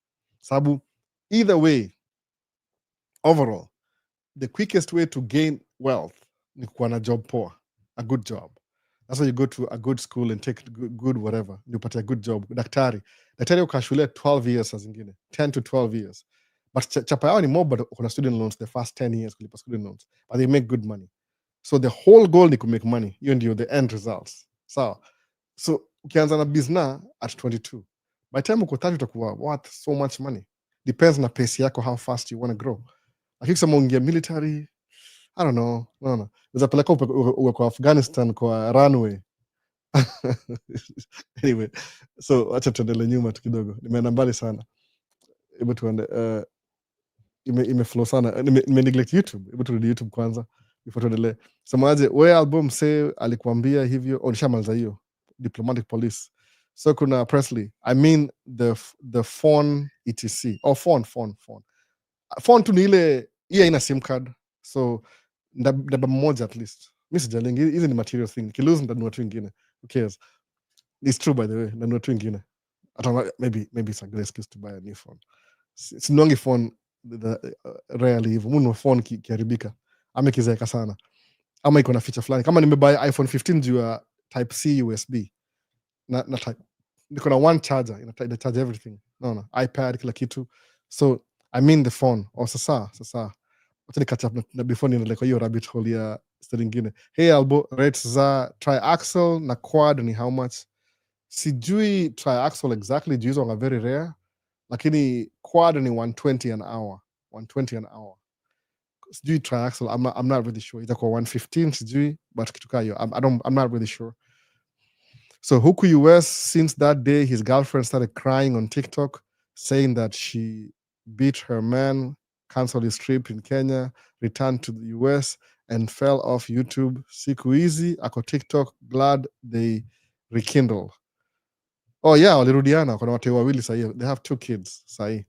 Yeah, na ni Abi Abuji, I think. Ajai nipigia simu, so sijui. Mimi naangalia pia mimi kama nyinyi TikTok tu. I don't need to kubother, but it's good that they have 2 kids now. Ajue the real. Niambia Ibra, kuna watu wengi utajua maisha ni nini. Hii kwa single ujuangi unajidanganya tu. Naona. Anyway, ana watu wawili sahi, ndio kuna 2 kids. Newborn na ule mkubwa ule zaliwa last year. So ako back to back, afanye mchezo. Okay, they also have 2 kids. Big up to them. Kwani Albo ulisepa Ibra, ulihepa ama sikumhepa, alinyamaza tu, but ni sawa pia. Wacha kama na watu wawili atajua. Mimi na watu 4 atajua hiyo story. Kuna watu 4 green card next month. Sawa, next month the green card inaanza. Ndakuwa na special ni 125 an hour is pretty good. Yeah, alafu ita increase next year to 135 maybe, ina keep up na inflation. So Albo, hizo books itabidi ugawe man. Kwame, napatia title, napiga picha juu sijui ni hivi, nafaa nitumie Trending 254 ebook. Trending 254 sawa. Ebook hapa inaitwa The Psychology of Money. Inaweza buy, iko available. I think ni $19. Sometimes ni $19 listed price, lakini unapata wako na sale, unaweza 15 ama 11 ama unanunua wholesale 11 on Amazon. Unaweza buy hizi book alafu nitumie wase. Psychology of Money.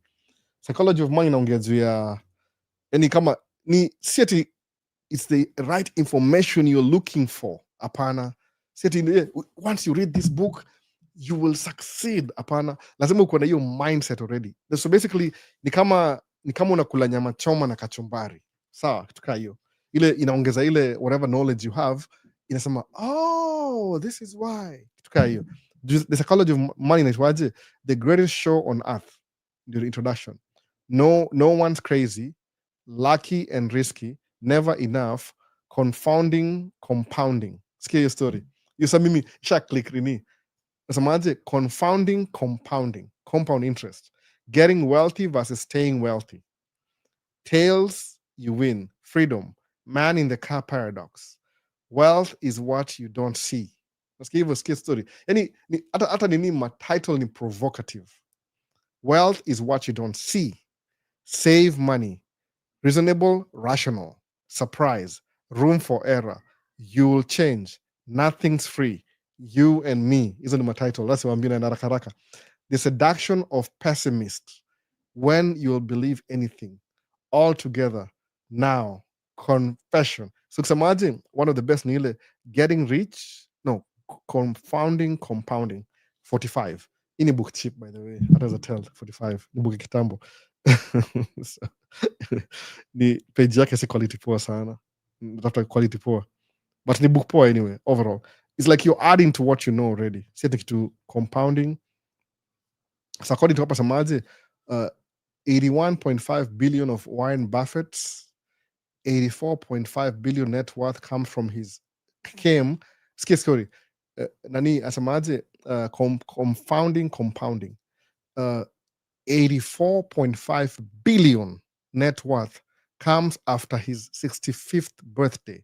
Our mindsets are not built to handle such absurdities. Sikia story. Now Warren Buffett ana making do akiinvest, si akido job, akiwork hard. The lesson from one field can often teach us something important about unrelated fields.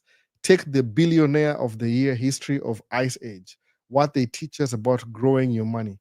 Our scientific knowledge of Earth is younger than you might think. Tuliwacha tu hapo hivyo. Yani it provokes your thinking, your thought. Kusoma hizi book, do you're in your own private space, is not the solution to your problem, but it add on to the knowledge you have. Sabu samaje, how do you get a mindset kama ya rich dad poor dad, for example? Where is the rich dad poor dad? Sikia story. According to Skema story mo, but hii book ni fictional, whatever. Oh, in good quality by the way. In good quality. Very good quality book. And Mesahau. So kama hapa kuna nini, kuna rich dad poor dad.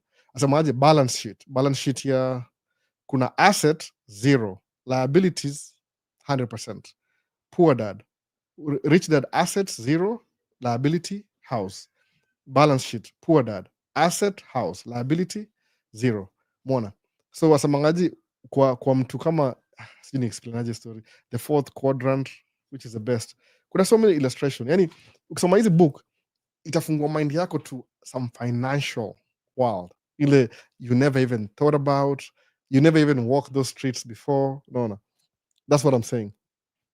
Ikachapra TikTok kwanza, liko Master Gabu alisemaje, mentor, stop giving the wrong information. Kugat, stop giving the wrong information. Alafu kuna F1 who chukua how long ndio ukue accepted military. I don't know, hiyo sijui, labda umsa to answer.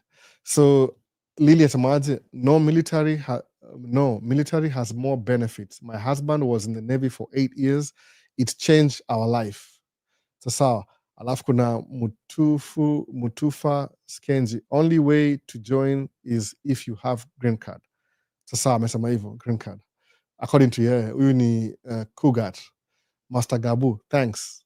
Alafu kuna Chemweno, planning to join CDL school. Thanks kwa kutuchanua, I'm going for it. Anasema hivyo. So kuna sa wana contest. Sijakam kudebate by the way. Means matu my personal opinion. My personal opinion, kama kuna green card, you don't need to join the military. Sijasema ati don't do it.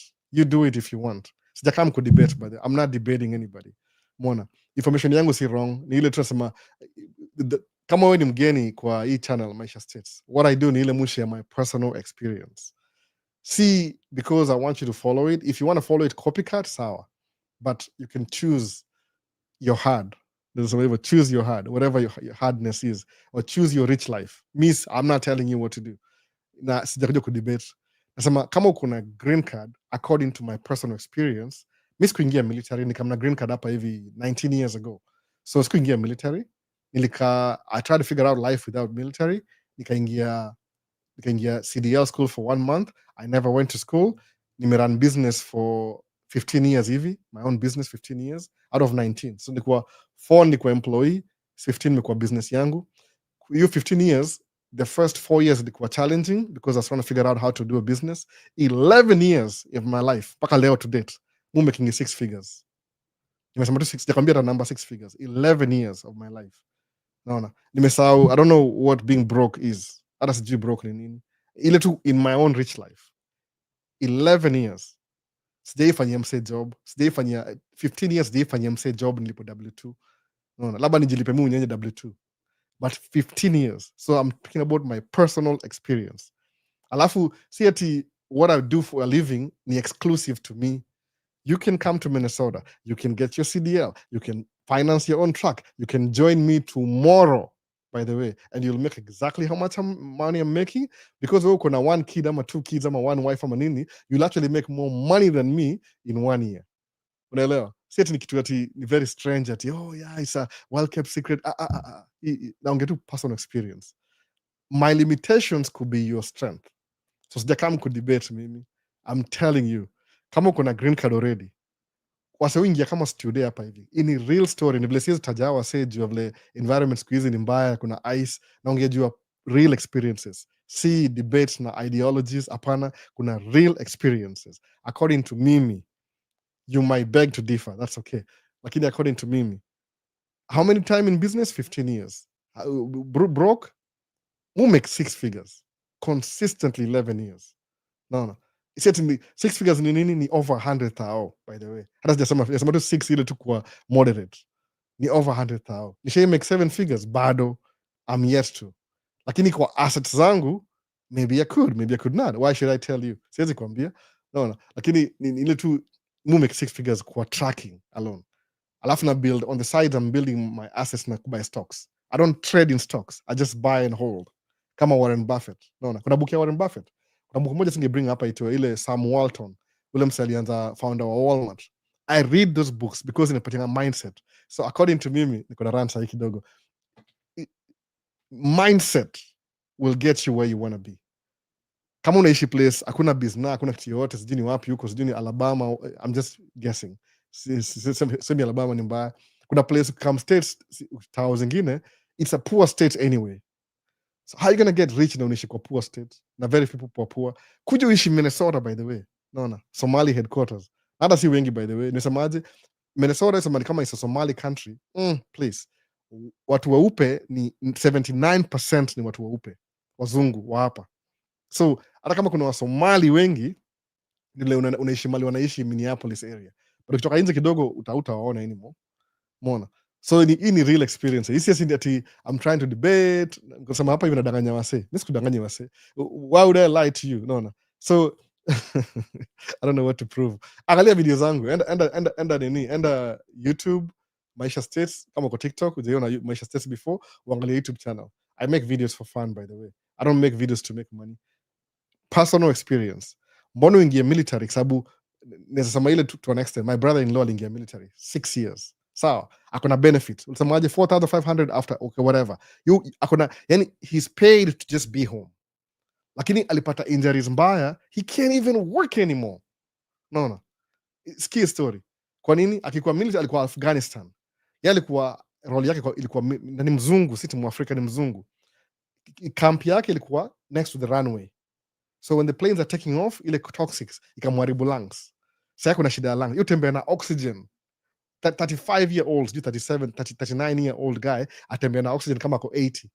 Yaani atako functional. Kwa nini? Juu na military Afghanistan alikuwa deployed. So I'm being real by the way.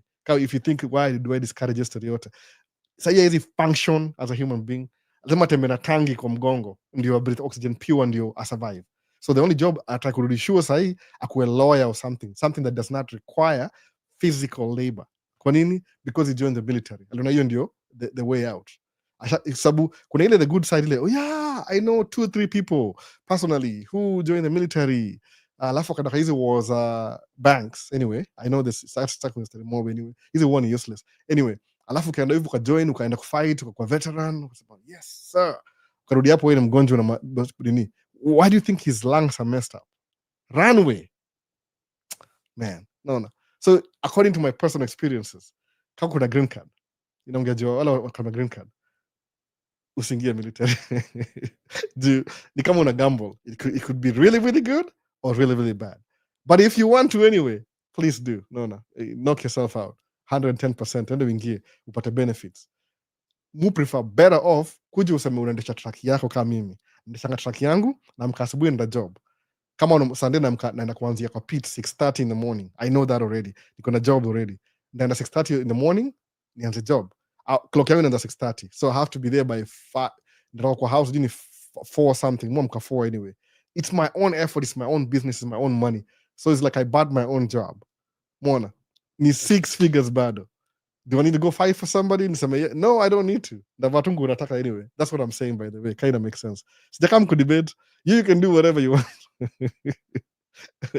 You can do whatever you want. Ile tu recommendation. You're better off to stay away kwa hizi story. Sababu ukimake it, utamake it. It's not even taking a risk. Kwani ni do. Alikuna do ya kungojea. Sijui samaje msalisemaje. And jina yake ni nani akasemaje? Kuna kuga anasemaje naambia wase uongo. Yeah, that's what you think. That's okay. No, huyu ako information. No, huku wasemaje Dennis KE asema no, huyu ako information ya kitabu. I don't know what that means anyway. So what about the J1? Ningerefresh page. Imenichanganisha hata from the bottom up. So you can't judge military yet. You've never joined. I was a truck driver and I quit and I joined. Yeah, that's okay. I'm not telling you what to do. That's what I'm saying. I'm not telling you what to do. You can do nile recommendation yangu. Musema, I have allergy problems. Kwa nyumba, I have an air purifier. Kwa hao, allergy problems. My brother-in-law, yutembea na oxygen. Kwa nini? Aku fight kwa war, aku atile. Of course, akona guns, kama sijui 21 guns, ama 28 guns. But ile maloli place Afghanistan. Ilimpatia, amekuwa deployed, amekuwa Germany, amekuwa Afghanistan, alikuwa sijui Kansas. No. So, I'm not saying like, hey, do whatever you want. Who am I, baby? Just some guy on TikTok telling you what to do. Come on. No. I'm a YouTube. Do whatever you want. You can do whatever you want. Ile recommendation. Sababu mimi mzae. My brother-in-law yuko kama tuseme 80 years younger than me. Lakini hata hezi function. Kwa nini? What do you think he got his disability from? Military. Did he have to know? So you two didn't ile sema tu au mnasahau mtaka tu sikia the good parts. You'll make 4,500 172k a year. Guess what? Trucking you'll make 250 a year gross. Truck moja, by the way. 250,000 truck moja.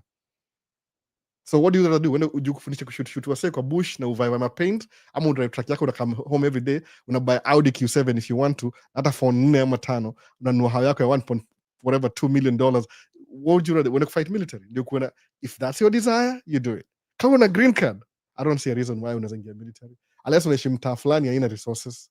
Juu mgundu wase wengi mujua personally, wale wengia military, ni vile hiyo mtaa yao. Kuna msebesti yangu hapa hivi kwa tracking amekam last year, this year, aliambia, where aliland US, malikuwa naishi, the only opportunity ilikuwa military. There was nothing else. That's why swingi hapa kwa channel, YouTube, tunaambia wase tarumbeta. Mimi sijui how many people wanasemanga hivyo. Naambia wase, you don't have to do these things. There's other things available. Sawa. Sasa maje, ibu, nikifika huko by next year, nikipass interview ya DV Lottery, nakuja uwe my mentor. Hadi niwe na millionaire. Utakuwa millionaire, ni wewe una decide, by the way, how you need. Majority of homeless are veterans. That's true. That's true. I agree with you. Watu wa green card, do whatever they want. Yep. Yes, it's an option. He's right. Do you play any outdoor games like golf? No, I don't. I don't play golf. I used to play basketball. I have 4 kids, man. You think I have time to go play golf? Maybe when they move out. Maybe. Kama ina make sense. See, ni golf itakuwa networking. Itakuwa ile networking. Si ati kwenda kucheza. Something just to get me out there. I would love to, lakini I have allergies. Manyasi na allergies. Ooh, you'll figure out what to do. You can't judge military yet. You've never joined. I was a truck driver and I quit and I joined. That's good. That's good. You'll go a truck driver probably over the road or something. I don't know. Your military experience is what you make it. That's true. That's true. PTSD is also a problem. So be wise and know which way to go and keep your sanity. I think wase wa military wanasema advantage juu unakuwa citizen in a few days after kuwa na green card. That's true. Nasema hivyo. Nimesema nini? I'm not trying to say the thing. Ukuwa na F1 student. I'm na reduce words zangu nasema hivi. Ukuwa F1 student. Wewe ni non-immigrant student I-20. Wewe si raia umekam kutembea alafu urudi. Kuna options. Ukiingia military hivi unapewa green card. I know people personally. Waliingia green card, wakapata green card. So drive truck na hao sahi. No. Na kudrive truck seti ni mwisho wa maneno. Nimesemaje? Make more than you need. Live within your means. The extra money, invest. Kwa nini? Investment is the only way ya kuwa millionaire while you sleep. Sawa, compounding effect. Hii book gani imesema hapa? Niko na all these books leo, sijui ni gani inasema hivi. Psychology of money. No, inasema nini? Compounding effect. Wacha nitafute one of the good, sijui kama nime-underline. The only man, sijui niseme psychology of money. Sikia hivyo. Alafu asemangaje? An average millionaire in America. Hiyo sijui ni 52 ama ni 48. An average millionaire 48 ama 52. An average billionaire ni 67. 67 years old, billionaire. B. So, but musemangaje, sawa, you can be a billionaire at 60 something, uta-enjoy life. Mi nimekuwa truck driver for sijui 15 years. Na on truck mbili sahi at the moment. Yani musema kiza gari, niko na Ford Transit, niko na Audi, niko na truck mbili, Freightliner na Volvo, 4 trucks. Mi msaisili hata sikuwa iendesha gari mpaka kuja States, whatever happened. I never owned a car mpaka come States. It's true. Saidi na gari 4. What funds my lifestyle? Hizo gari 4. 2 ni za business, 2 ni personal. Moja nakaa kwa garage the whole week. Ni hii kudu business. I'm just personal experience. Ukijipanga poa utakuwa poa. Lazima uingie military. If you have to ndio upate makaratasi, tuseme hivyo the elephant in the room. If kama utaka makaratasi za Marekani, ingia nini jeshi. Utapata makaratasi. But once umepata ukishamaliza toka, kuja uanze business yako. One of the business jua kabisa poa kabisa ni tracking. Kwa nini? It's always the gift that keeps giving. Anyway, think wase wa military wana advantage juu wanakuja nishasoma hivyo. Few days wanapata green card. Nikifika huko by next year, nikipass interview, okay, nishasoma hiyo. Ni kwa nini? Your advice is always good on business. I love that watu wako walk, they understand your message. Hiyo. I pray your God to locate me soon. You can't join military as an F1 period. Kahus, okay, I don't know what you're saying, man.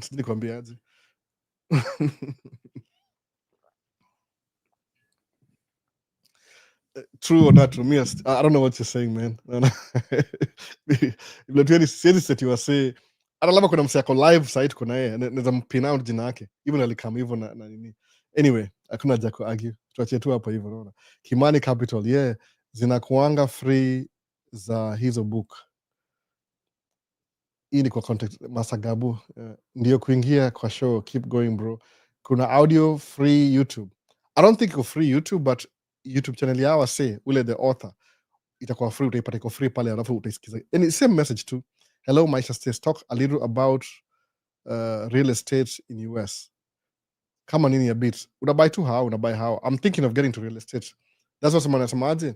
Unajua lazima ukeep things in motion. What kind of business would you advise? Probably you mentioned it before, but I just joined the live. Nova. Musa maanza na tracking. Sababu tracking ni kitu easy. Itakubuildia income. Okay, give example. What kind of business would you recommend? Nova. Suppose it's hivi. Was in a tracking. Unaingia 1 month. Academy. Walia. Hii inaitwaje? Hii ni Summit Academy OIC. Summit Academy OIC. They'll teach you skills za entry level jobs. So, ni 10 weeks. 10 weeks in earning your GED. Everything 20, medical administrative assistant 20 weeks, carpentry 20 weeks, electrician 20 weeks, IT specialist 20 weeks, financial services 20 weeks. So, ini free, itonga Summit Academy OIC. Free resource as long as you sign up. For free 100%. You just show up and take the class. I think in the non-profit, somebody supports this. Kuna people who support this. With their training, you'll get a job immediately. So, like that's a job. You get your job. Okay, what about tracking? Training could be $6,000. Nimesema 20 weeks. You need 4 weeks. 4 weeks. One the 4 weeks, one that could drive truck kama dere. 6 weeks. You're making money already. See, training unaenda for free for 20 weeks. Nobody's paying you. You're just showing up. Alafu kisha the 6 weeks kama unaishi Minnesota and be albo, what's my next move? It can be a build in the beginning, nunua business. Free information, by the way. I would love to. Ile mwalimu fanya job itonga MBE. Au niambia, if you know somebody who wants to come into tracking, give them our number, send them over. No. So wana recommend kwa sababu we never have enough trucks. Sikia vile wanasema, they never have enough. So keep information, I'm not even helping myself, I'm not even helping. Kama hiyo mambo ya ubaguzi, ile wazungu awasema, tukikuwa na free healthcare, that means watu weusi watapata free healthcare pia. No. Let's not have it. So if they're going to benefit too, tuinyamazie ndio kila mtu lose. Not knowing that by them, kwa na hiyo ubaguzi, they are losing too. Hawajui hivyo, naona. Anyway, in is the example moja poa sana. But ni hivi, uingie tracking. They always need more people. You're making more than you need. Musema, very simple. Don't upgrade your lifestyle. Ishi tu kama kawaida. Naona. Ishi kuwa na roommate, naona, nunua gari ya kawaida, but invest kwa stocks. Kama S&P 500. Ya any of the brokers, kama ni mtu wa Vanguard, mtu wa Charles Schwab, mtu wa Vanguard, Charles Schwab, Fidelity. Fungua account kwa hivyo. Invest kwa hivyo. Watch as it grows while you sleep. Enda kama 10 years hivi. Angalia leverage, haitoshi. Pia high yield savings account, nunua truck ya pili, hire driver. Kuna madereva wengine wa CDL, they will never buy a truck. Ever. I'll never buy a truck. Why? I don't have the brains to run a business. Sawa. Utapatia job. You pay them well, they'll work for you for 5 years. They'll make you money while you make money too. Madere. They'll never buy a truck by them. When you could say, I'll never buy a truck, Albert. Why? I just don't have the brains to do what you do. I'm okay, sawa, and I get it. It's not for everybody.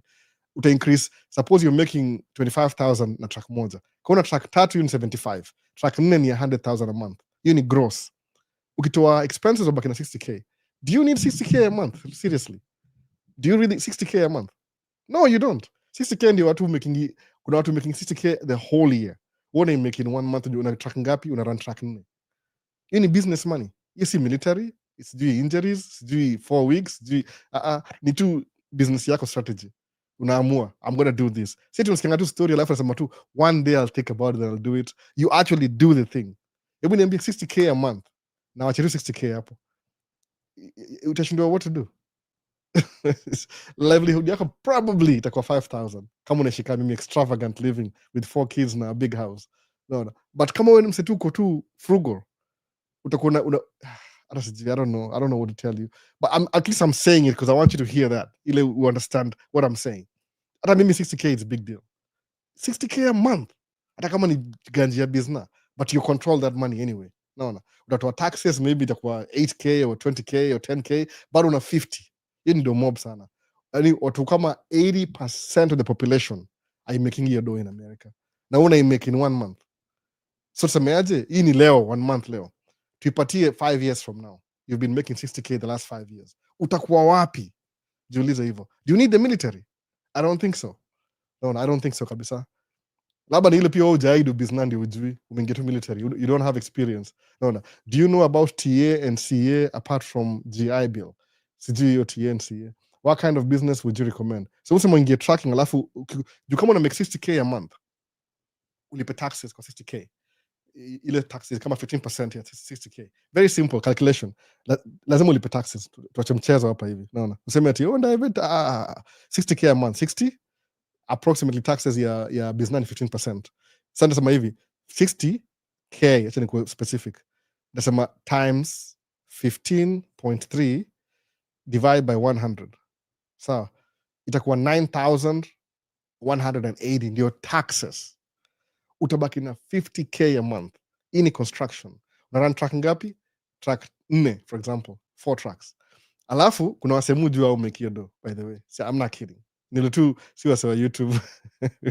They mind their business. So utakuwa na 61,000, tuseme hivi 9k minus 60k. So itakuwa 50,820 times tuseme 8, kwetu conservative. Tuseme 8 months times 8. Hii ni 400,000. Ushalipa tax. Mse ushalipa tax already. Yaani uko na 5 trucks una run, ushalipa tax already. Ubaki na expense zako ni 40k, whatever, truck payment, insurance, driver wages, kila ubaki na 400,000 at the end of the year. After tax. Hii 400,000 hii investment, sema kama 400,000 ndio yako investment. I'm being straightforward. Maybe my figures zinawachanganisha. 400,000 tuseme hii 40,000 ni 20% ya whatever you want to be real estate. Sawa, so tuseme times 5. So hiyo do yako ya the whole year 400,000 unaweza buy assets ziko worth 2 million, labda ni apartment ya 30 units the first year. The second year ubuy apartment nyingine 30 units, hiyo ni 60. The third year 30 units 70. So guess what, ujawai wacha kudo tracking bado, you're doing tracking still na 5 tracks, una make 60k, but sasa umeongeza apartment ya $2 million, next year umeongeza apartment ya $2 million, ama uongeze track, whichever you want to go, which way. Hebu niambie, it's not like pesa yako ina reduce. The more you make a move, the more ina increase. Why would you choose this hill to die for? Wacha niingie military instead. It doesn't make any sense. Now, how do I know this? Kuna wase najua, I'm not kidding. You think I'm kidding? I'll make it do every month. I don't know how much I'll pay them. Wakuja wakae chini wakwambie, oh yes, you know, I make this. Hezi kubalia story. Utasema, hey Albo, utaniseti hapa hivi, naona. Utaniseti hapa mbele ya watu. They don't want to know. Naona. That's what you're doing. Do you need the military? Hapana. Military ile tu kupata makaratasi. Anyway, tuendelee. Do you know about TCG? Tuendelee. Do you have to wait for live for 5 years to go to school? About what exactly? The context. IT jobs can even get without citizenship because you need security clearance. IT jobs you cannot get. Back camera iko sawa, can work with it maybe next time. No. So nyuma sana, it's sad I will fall kwa hii trap. Mr. Dollar nyuma sana, it's sad. I don't know, it's in a context. Military ni forever investment. He left and he earned 5,000 in VA benefit until he dies. Yeah, that's okay. You make 5,000 until you die. In 5,000, I make 5,000 a week. No. If you want me to tell you, no. Unajua na gari moja, you need one track. Sijaongea track ya pili, sijaongea track ya tatu. I'll just talk about one track. Actually, the 6,000 gross. So to expenses, nitakwambia, to break down, muba ya mafuta ni kama ngiri moja. Sleep insurance every month. Insurance kama almost 900. So tuseme hivi, tutoe mafuta 1,000, tuseme 1,200 from 6,000. Okay, tuseme tu conservatively. Cut everything, tuseme 4,000 a week. Track moja. Track is kuna payment, kuna repairs, it doesn't matter. Still, your bet ya kuingia kwa tracking kwangu specifically, kwangu to my personal experience, iko better than kwenda military upate 5,000 until you die. Sababu my brother-in-law yupatanga you hata more than that, by the way, ile because of ile damage zake za lungs. But he desires to do more, but he can't. Akona do, you free money. I know that. He makes sababu ya ile akona hiyo oxygen, VA kila kitu anampatia do. But ako stuck na hiyo 5,000 because he has 2 kids na wife. You make do, hata ni more than 5,000, but still he wants to do more. No. Seti life ubaya ni ile lazima tembe na oxygen. He wants to drive truck, he can't drive truck anymore. Yeye ni carpenter, but ile he knows how to build houses. He can't do that anymore. Sababu akienda ku build how, he runs out of breath. You whatever respiration ilimharibia sana, by the way. No, sijui ilikuwa advanced pneumonia na some, I don't even know, man. But ilitoka wapi hiyo ugonjwa? Akikuwa military. That's why they're paying him money. No. So lazima ukue PTSD or something ndio lipo hiyo do. So esmaje, never hiyo ilitokea kitambo. He needs to be updated kwa nyuma. What about ukiingia juu ya housing, juu army, unakaa barracks na US rent ni expensive. Study guide, reliable. Yeah, you can do that if you want to plan to join CDL. So kusemaje, uingie military because you want free housing. Sawa.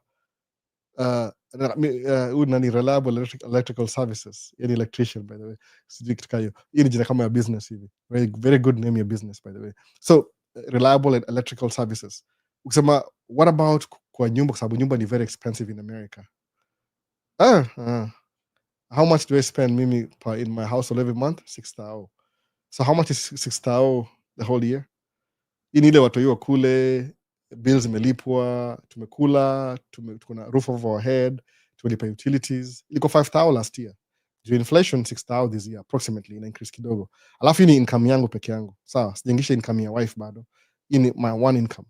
Unaona? I think wife kuingia kwa income straight uta upgrade life yetu. Maybe nina move kwa hao kubwa. Ndio utaona maisha set imechange. Niko kwa basement, kuna swimming pool hapo nyuma, kuna any whatever. Sijui. But sababu hivi mbona worry juu ya free housing and you can make enough money to pay for the house anyway. Tuendelea YouTube. Sijui. Nimecatch up na TikTok. Si debate by the way. Nasema tu ile example. Never understand what do people live with security clearance. Luo Gembe. Okay, I don't even know what that is. Anyway, imeendelea sana. So I know wewe ni mjanja, before you leave, apply for it. Oh, wanaongea conversation yao leo. Military ni makaratasi tu. After that, nothing, maybe you get security clearance. Yeah, that's true. That's true. Mi naongea military ni makaratasi. You 100% I agree. Whatever you do kwa makaratasi ni poa. Sababu makaratasi, that's the only way itakupatia ile surface ya kuanza biashara hapa States. Na mu believe hivyo. Hata kama usikia story mobs and news, your news lazima iuze. They have to give you something sensational ndio keep you in the loop. Ndio kuuzie ma ads. But the truth ni ile wealth iko very quiet. Hainanga kelele mingi. Utabuild in the background, nobody knows who you are. No. So hizo book itabidi ugawe man. Aje sasa Kwame. Unaishi China bana. Hizi zinaprintiwa China by the way, I think so. Zinaprintiwa China. Free mind ni intelligent hapa hivi. So yo Albo, vipi, long time. What's the direction of the channel? What do you have in store for us today? Free mind iko very free. I chose to make live ikuwe Q&A siku hizi. So nini direction ya channel inakuwa dictated, just inakuwa free flow na sababu ni Q&A. Haikuwa na make sense nikiongea Q&A alafu inakuwa all over the place. So it's good to just keep it ikuwe ile cause ni Q&A. Sababu I'm very busy during the week, by the way. Nikimake video ya wiki drive track, I'm squeezing time, really squeezing. But that's true. Iko tu the open forum from last month. Nixon Mzaya Albo, ulisema kupata contract ile inalipa 200 per hour lazima ukuwe na 10 tracks. Si unaweza ongea na marafiki zako muungane then mufanye hizo kazi kama inawezekana. Nelson Mzaya. Sasa problem ile hiyo pati ya kuongea na marafiki wakubali. See, we've never brainstormed this before. 2019 tulikuwa na meeting, tukaongea kila mtu. Alafu tukaongea, it never matured. Unajua, excuses ikaisha hivyo. Nikaona these people are not serious. Nikaachana naye. But you don't really need to in 2019. Sababu mimi kufikiria hivi, unajua sema ngaje? Ukianza side hustle, what you doing side hustle? Tracking ni kama side hustle in the beginning. See main hustle. You could have a job, alafu uanze side hustle ya tracking. Lakini master tracking, maybe 1 or 2 or 3 years from now, you won't have to drive track anymore. Utakuwa na good management skills ya kumanage business yako as a former truck driver. Now kuko office una manage. Kwa nini? Because besi yangu isemanga hivyo, mimi namquote. Yosema, Albert, you have 3 trucks, you have 4 trucks, but you can only drive 1 truck at a time. Hata kama una truck 4, utadrive hii uende, hii ni ya Monday, urudi Tuesday, hii ni ya Tuesday, uende Wednesday, hii ni ya Wednesday, uende Thursday, ni ya alafu on Friday urudi ile ya Monday tena, if you have 4 trucks. Unaona hivyo? Lakini to make it easier ni ile you can hire 4 drivers then manage them. Sawa? Ile yani as long as the trucks are running, uko available on a phone call and you're flexible, kama kuna repairs, you can get to where they are quick. Kwa nini? Sababu when your support system hizo trucks zako. So kama ile company mfanyia job, awaga na field supervisors, kama ni 3 ama 4. Awa say itoka MBE field supervisor, kama ule mmoja sitaki kusema jina yake anyway. Yeye ndio pickup truck na company truck. Your pickup truck in 1 year you cover 100,000 miles. Imagine. So after 2 years, I'll replace. Why do you keep getting new trucks every 2 years? Can I be because the other one is 200,000 miles. 200,000 miles? No, you're kidding me. So yeah, I drive as much as you guys drive. I have to go to this job, then irudi hivi, niende hapa. So the whole day is driving. So hiyo gari yake ya job iko na computer hapo. Ako na computer kwa gari. So hiyo ana manage fleet. unapata kwa wawili ama kwa watatu, so kuna wana spread around, yani kwa job sites zao zote, at least there's somebody around hizo job zote zinaendelea. I think manage kama 150 trucks ama 200 trucks, sijui number this year, but ilikuwa 100 sidearms, 250 altogether I think, watu watatu ama walikuwa wanne last time, moja aliquit. So the managing aspect will make you more money than driving. But ebu ambia wase wala wako comfortable already at tuingie tupate 200, they won't do it. No. It depends what your rich life is. Kuna msa ki make 400,000 a year, anaona ako poa, anaachana naye. No. Aendelee. That's what happens. It's me, vile mu think musema my only limitation ile munga na I am raising my kids, na niliamua mimi ndio primary provider kwa hii hao. Nikiona kama wife yangu akinijoin aseme tuanze business to grow pamoja, ile it has to come from within, ndani yake. Si mimi nimwambie juu, kiambia mtu kitu atafanya, they have to be willing to do it themselves. Grow 10 trucks haraka hivi. There's a method by the way ya ku grow 10 trucks haraka sana. Ndawaambia, but you have to pay me for that. I'm just kidding. Ndawaambia ile iko appropriately. You can get 10 trucks if you want to. But mbona watch naongea. But ile story ile, are you willing to go the extra mile? By the way, everything muongea kwa hii channel, kama just to be honest, mu try ku simplify. Ni a little bit more complicated than you think. But see, complicated in the sense that you can't do it. Ni ile specifics, if you start doing it, utaona yani you have to learn it while doing it. Si kusikiza tu. So ukiona kama inaka complicated, maybe that's why. Naona kuna comfort zone. Also get comfortable. 400,000, wow. Unaachia hapo. Naona mimi nimekuwa for the same, nimekuwa na track tatu for sijui how many years now. 5 years track tatu. Today in the fourth. Kwa nini? I can't handle fourth peke yangu na watoi. Simona how many times mtu yonga amekama karuin live. Sasa labda amelala, hata sitaki kujinx, labda amelala sasa. It's 2:34. Nimeenda karibu 2 hours. Anyway, atanitafuta. Yo amkaa sama, oh dada, where's daddy? Mimi na watoi, I have my limitations because sasa we're gonna live life as a parent. Lakini wewe kama uko single, uko 22, 25, you have time. Build wealth, alafu kwanza kupata watoi every year from 30 mpaka 40. Watoi tu boom, kuna 10 kids. No. Alafu you have the money to maintain them anyway.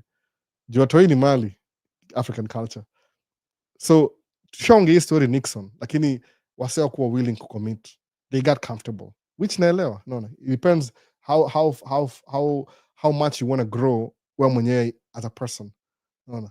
You got to be on the right mindset when making decisions. That's true. Creative journey. That's really true. The mindset story.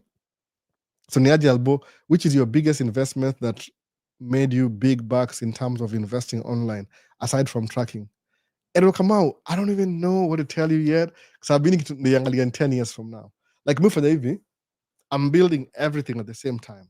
Na build he, alafu na build he, alafu na he, alafu na. Yani kuna na rise vitu kama maybe nasema 1, 2, 3, 4, 5 things at the same time. Ile kidogo hapa ina grow every month, so it's a month to month. Sasa siwezi kuambia anything because I'm in the process of growing, lakini 5 years from now ndakuwa significant. Ama kama sitakuwa, utaiona, you'll see it, sababu ni guarantee. Believe me, nikimonitor every month muona ina grow na grow vitu kadhaa at the same time. Ile siwezi kuwa free ku discuss kwa live, labda individually. Naona kuosha matanye pia ni job fiti. Yeah, ukianza you do whatever you want. Ukianza, naona. Ama you open your own group home. Alafu you manage. Kama ni nurse, recommendation, start a business. See ati do tracking, start a business. Do ni part of nini. Naona.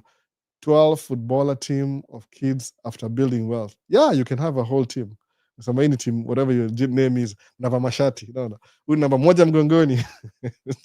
I can do that. Anyway, mimi na watu wanne. Niko na moja na basketball team. Ndio mashati niseme kila mtu jina yake hapo nyuma.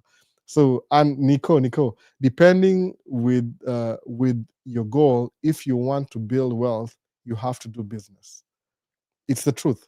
Hautakuwa rich na employment. The employment yoga very predictable unless unaishi within your means, alafu una invest yo do yako employment. Na kwa hii life like design America, in a way, employment, they want you to come back to work, so they'll never pay you enough to make you go away. enough just to keep you coming back. Hiyo ndio employment. Kama ujui ni nini, mtu akilipa madera wangu a little bit more ndio waende wabuy truck zao, they still come back. Sasa sijui this year sina dera though, na run truck moja this year, so I'm very broke hypothetically, but ni juu ya season iko slow kidogo, so ni aje, which is so investment it'll come out, siwezi kwambia directly, but zina grow in the background. No, creative journey, yes. Hey, just popping in and saw you. Wealth Mel. Oh, nice to see you too. I wish I could see you. Very small. It's easy to start a business. Is it easy to start a business in the States? Our restrictions ni kama za hapa Kenya. Steve, very easy business. Suppose unataka kufungua LLC, uenda kwa gava, acha sema tu gava generally. Kuna gava ile itwa Secretary of State in Minnesota State. So you go to the Secretary of State. Na go through akaraka, Secretary of State. Una sign up your business. It could be a sole proprietorship with your name. It could be an LLC with your name. It could be a corporation, C Corp with your name, or whatever name you want. Una register kwa business ya state. Ukishamaliza kwa state, this is how you start a business. Una register kwa gava. You take the whole document, una kwa website ya IRS, ni kama KRA. Unapewa EIN, employee identification number, for the sake of taxes. Unachukua the two documents, now you have two forms of ID. Una kwa bank, unafungua business account. Then you start your business. Actually, by the way, if you have Secretary of State, your articles of incorporation, na kuna EIN number, na kuna business bank account, you're ready to do business. That's it. No. That's it. Just like that. You register. You don't even pay any money. The thing is, whatever business you're doing, you need capital to start the business. Come on, Uber driver. Do you have a car? Do you have a license? Do you have insurance? Business chance and Uber. By van, kama ile van yangu for transit. Kama uko na van, you already have the van. Anza kudo business. Kama uko na truck, anza kudo truck, anza kudo business. So when the money comes in, inakuja kwa business account. Alafu unalipa taxes, IRS. Alafu every year una renew na gava, unasema, yeah, I'm still in business. That's it. It's very simple, by the way. Si complicated, hakuna restrictions. Ni ile, you need a business plan before you start the business. Hiyo ndio watu miss out. Lakini kama tracking, I could be loosely nasema, you don't even need a business plan in tracking. Kwa nini? Ukawa na watching Maisha States, you already have like all the information. Hii ni business plan already on a daily basis. You don't even need, unanunua track on the drive, check comes to your business account. Alafu niuze, Albo, mazini mege 25,000 ulifanyia nini? Nimuze, okay, sawa. Tulia, unasikiaje? Damu inachemka, okay, tulia. Tuliza ball. So fanya hivi. How much do you want to pay yourself? $40 an hour. Okay, how many hours did you work? 40. Okay, 2 hours, jilipe hiyo. Okay, toa hiyo kwa taxes. Hiyo kwa biashara. Na kupatia ile lazima divide. Kwa sababu ni hivi, you're creating a system. Kama naweza kwa specific, I'm slowing down to understand. You're creating a system. 25 ikiingia, 8 na kwa account yako ya personal. Kama inabaki na ngapi from 25, 8. Unabaki na 25, ama tama 24 ndio kwa poa. 8 unabaki na 16. Hiyo 16 kama 6 inaingia kwa business, 10 unatumia expenses. System. Alafu once you create your system, systematic, every month duplicate the same thing. Don't do anything. Tax, profit, take home. Tax, profit, take home. That's it. Oh, nimesahau moja. Tax, expenses, profit, take home. Hizo ni 4. That's it. You have that system, believe me. Utakuwa unaangalia account hivi na grow, unaangalia na grow every month. Because after 1 year, whatever business imekuwa na do yake. Whatever you pay yourself, your expenses. You can buy whatever you want. It's up to you. Sijui I break down aje, but so who do you need to call at, hey, I got fired from my job? You'll call yourself to fire yourself from your job. No. You don't owe anybody anything. That makes sense, sasa? That's what you do. Mupigirani simu. Msexamati, oh, I saw your truck on the highway. Oh, I think one of your trucks hit my windshield with a rock that flew from the tire, blah, blah, blah, blah, blah. What's your car registration? Where did that happen? Akaniambia. Oh, I need to get a hold of that driver. You need to fire that driver right now. Don't worry about it.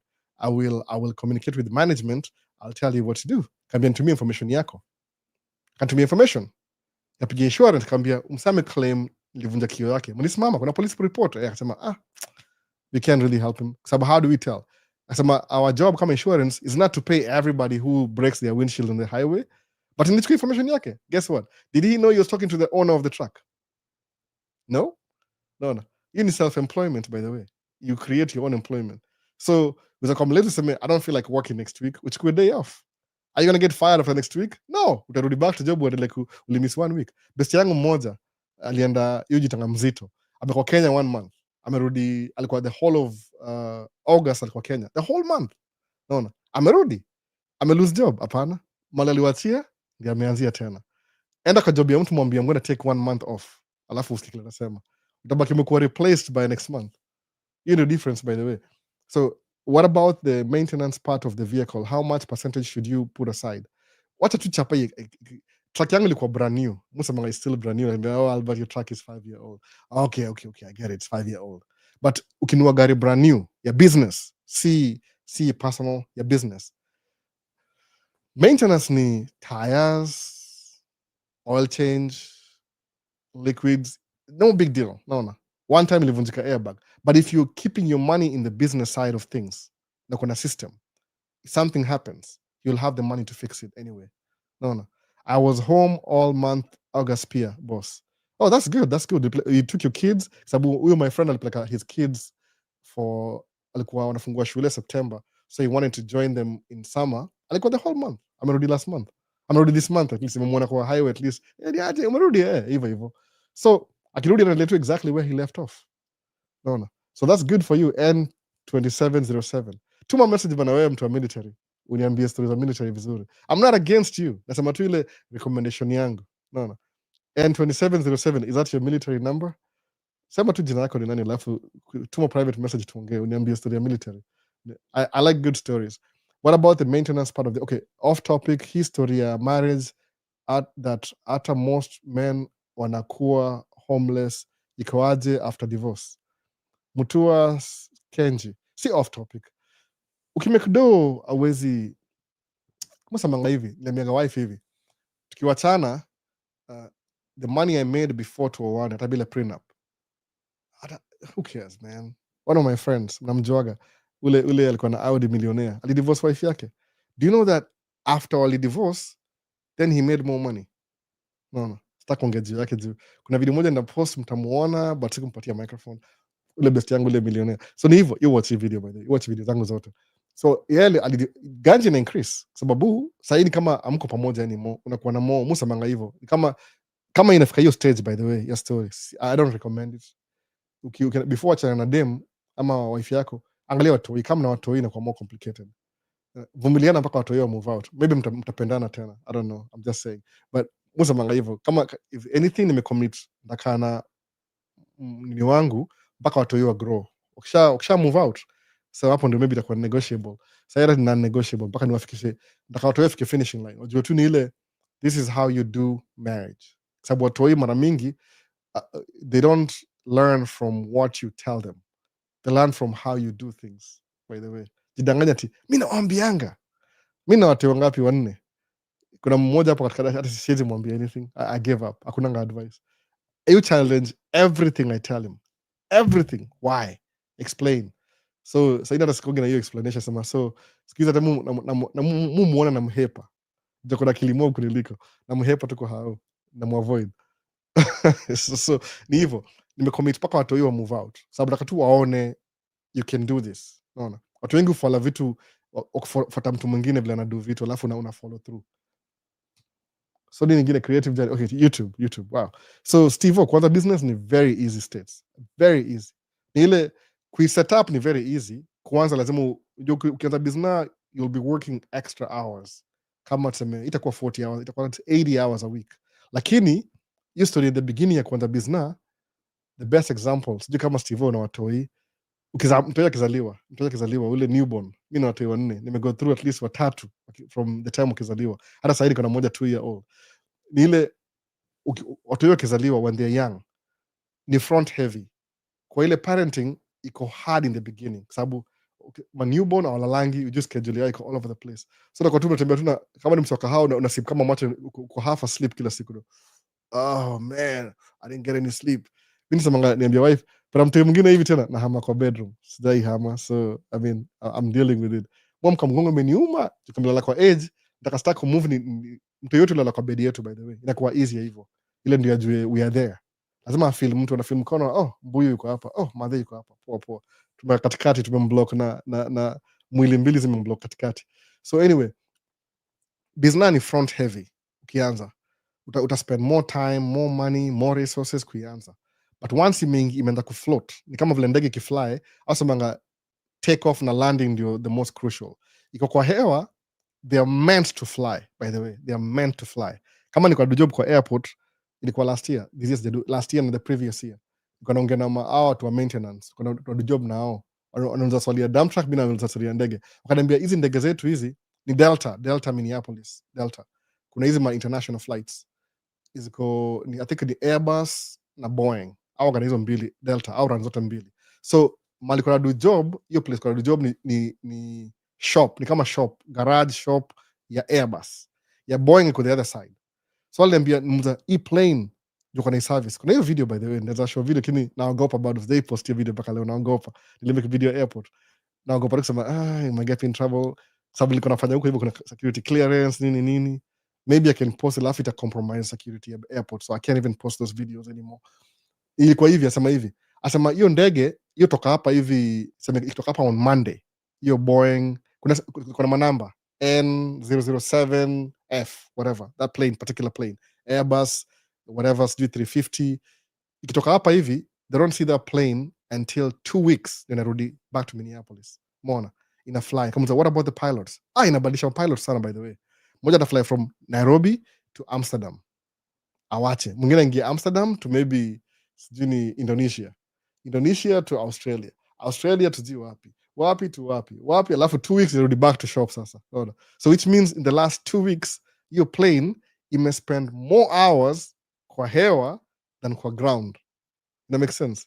So kirudi kwa ground, kama irudi Friday, ndio ingisha shop, wanadu ma oil change, ma fuel, sababu they won't see it until 2 weeks ifike. Sema, that's interesting. So kuna place fulani hapa ni nini, ni discover kitu kama 1 month ago hapa MSP, Minneapolis St. Paul International Airport. Unaweza ingia ndani, uchukue kamera yako, unaona highway, ni kama ile plane spotting, ma spotters, ile plane spotting ama plane spotting. Unaweza na pale hivyo plane spotting. Niko na hiyo lens already, niko na hiyo lens, by the way, ile lens kubwa, ile zoom niko nayo. So if I want, naweza enda huko hivyo, nilesinanga time ndio shida. Alafu you can tell kuna wasaudu hiyo vitu for fun. I know exactly what to do. Nanunua CB radio, ile ina capture ile ilitongaje ham radio, ile mapilot wana communicate na tower yao. I can hear the conversation. I can't communicate with them, but I can hear it.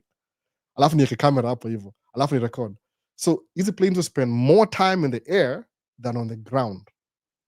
It's a concept. So they were built to fly. Same thing in a business. Once you create business, front heavy in the beginning, alafu ingia kwa sky, ianze kufly, it will spend more time kwa hewa, si hapa chini. Kingia chini ile turnover.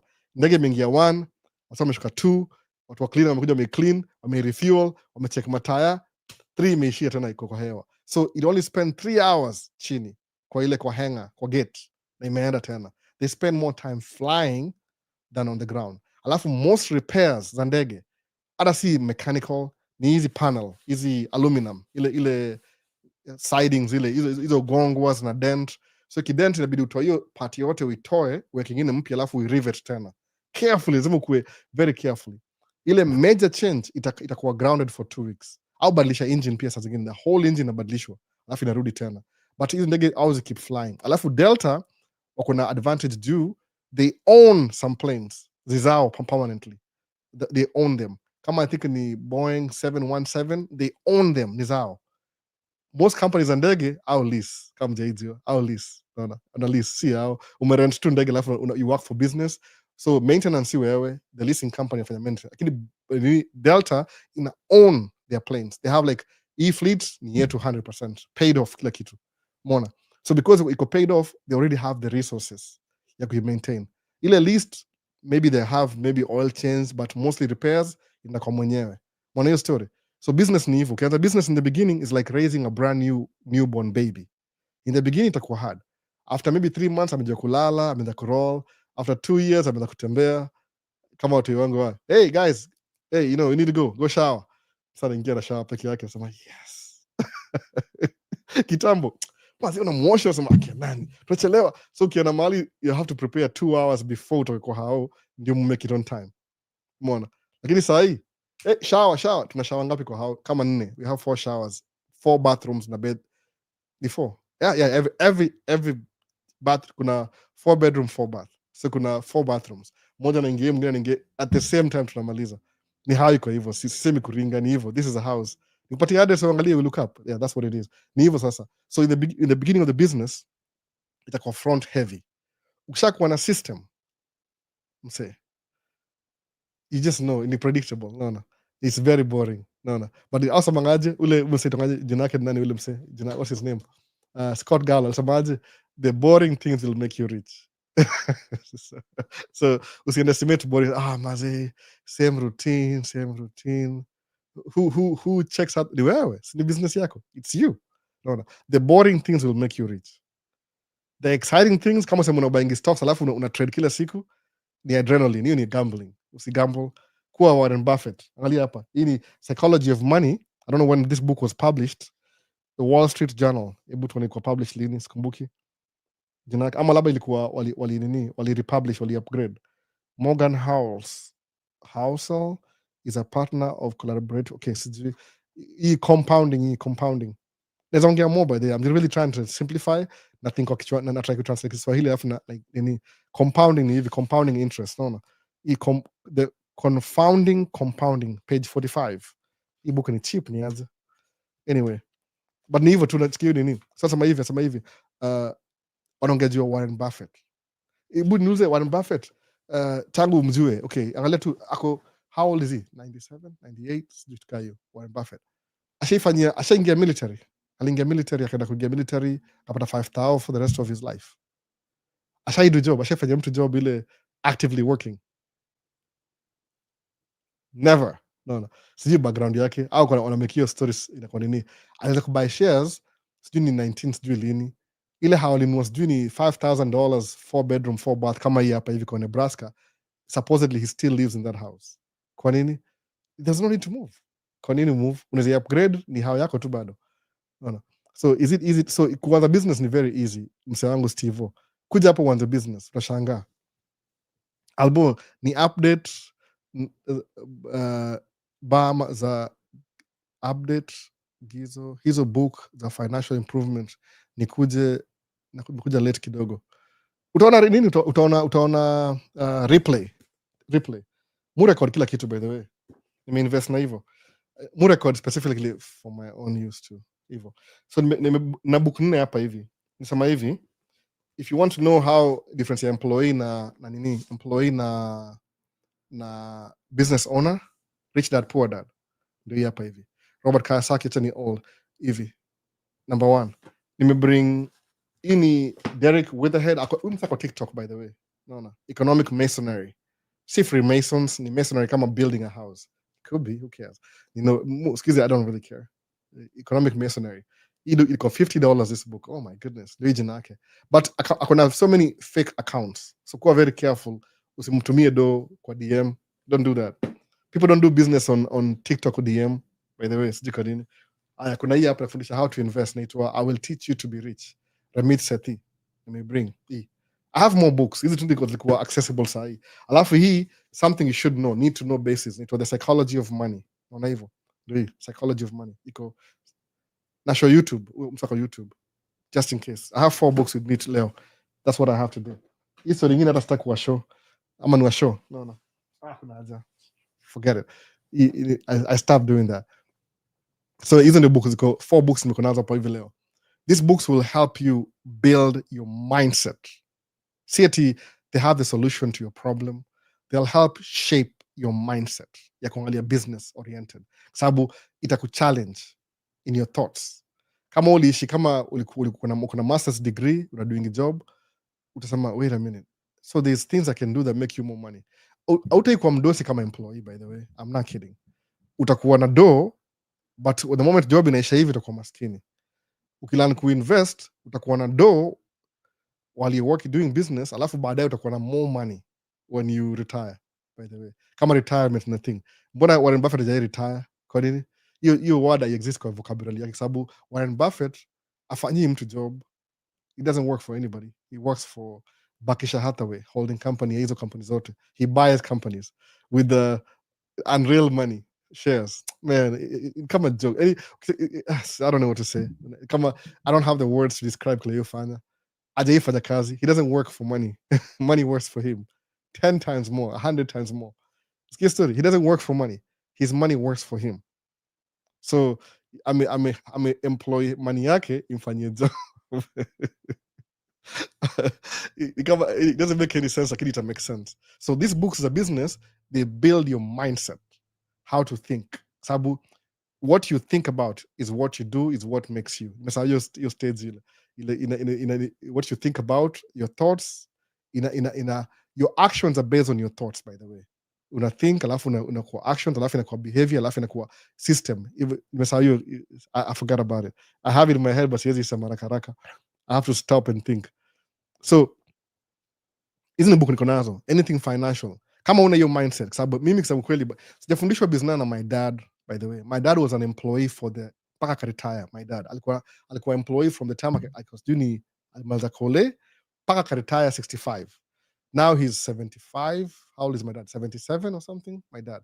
My mom was 5 years younger, 650. Oh, I don't even know. That's how. Itakuwa, I think my mom yuko 61 ama 62. No, 71. My dad yuko 76 ama 77 hapo. So amefanya kazi, amekuwa tangu retire. It's been 12 years since he retired. My dad. So my dad amekuwa America 8 years. My mom has been here 12 years. So wako hapa wote, by the way, just in case msaka anajua. So wako retired, but they still making money in the retirement. So technically waja retire. Ni ile nimekuwa hard kuwa convince tufanye business. Hawaniamini bado kwa sababu something is not real to them.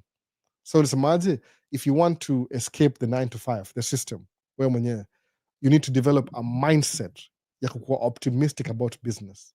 Alafu not just the knowledge, sema take action uanze polepole kwa sababu najua watu wangalia ile this is safer for me, having a job is very safe, lakini how safe is it going to be sala umeretire na una do? Oh, I rely on my 401k. Kama 401k you can move it to the investment side pia. I will lose anything, by the way, so they live na wanakufa na 401k. You know, the reason why I'm an employee is because of my 401k. Do you know about the Roth IRA? What about shares? S&P 500? You don't even know what those things are. No. What about cash flow?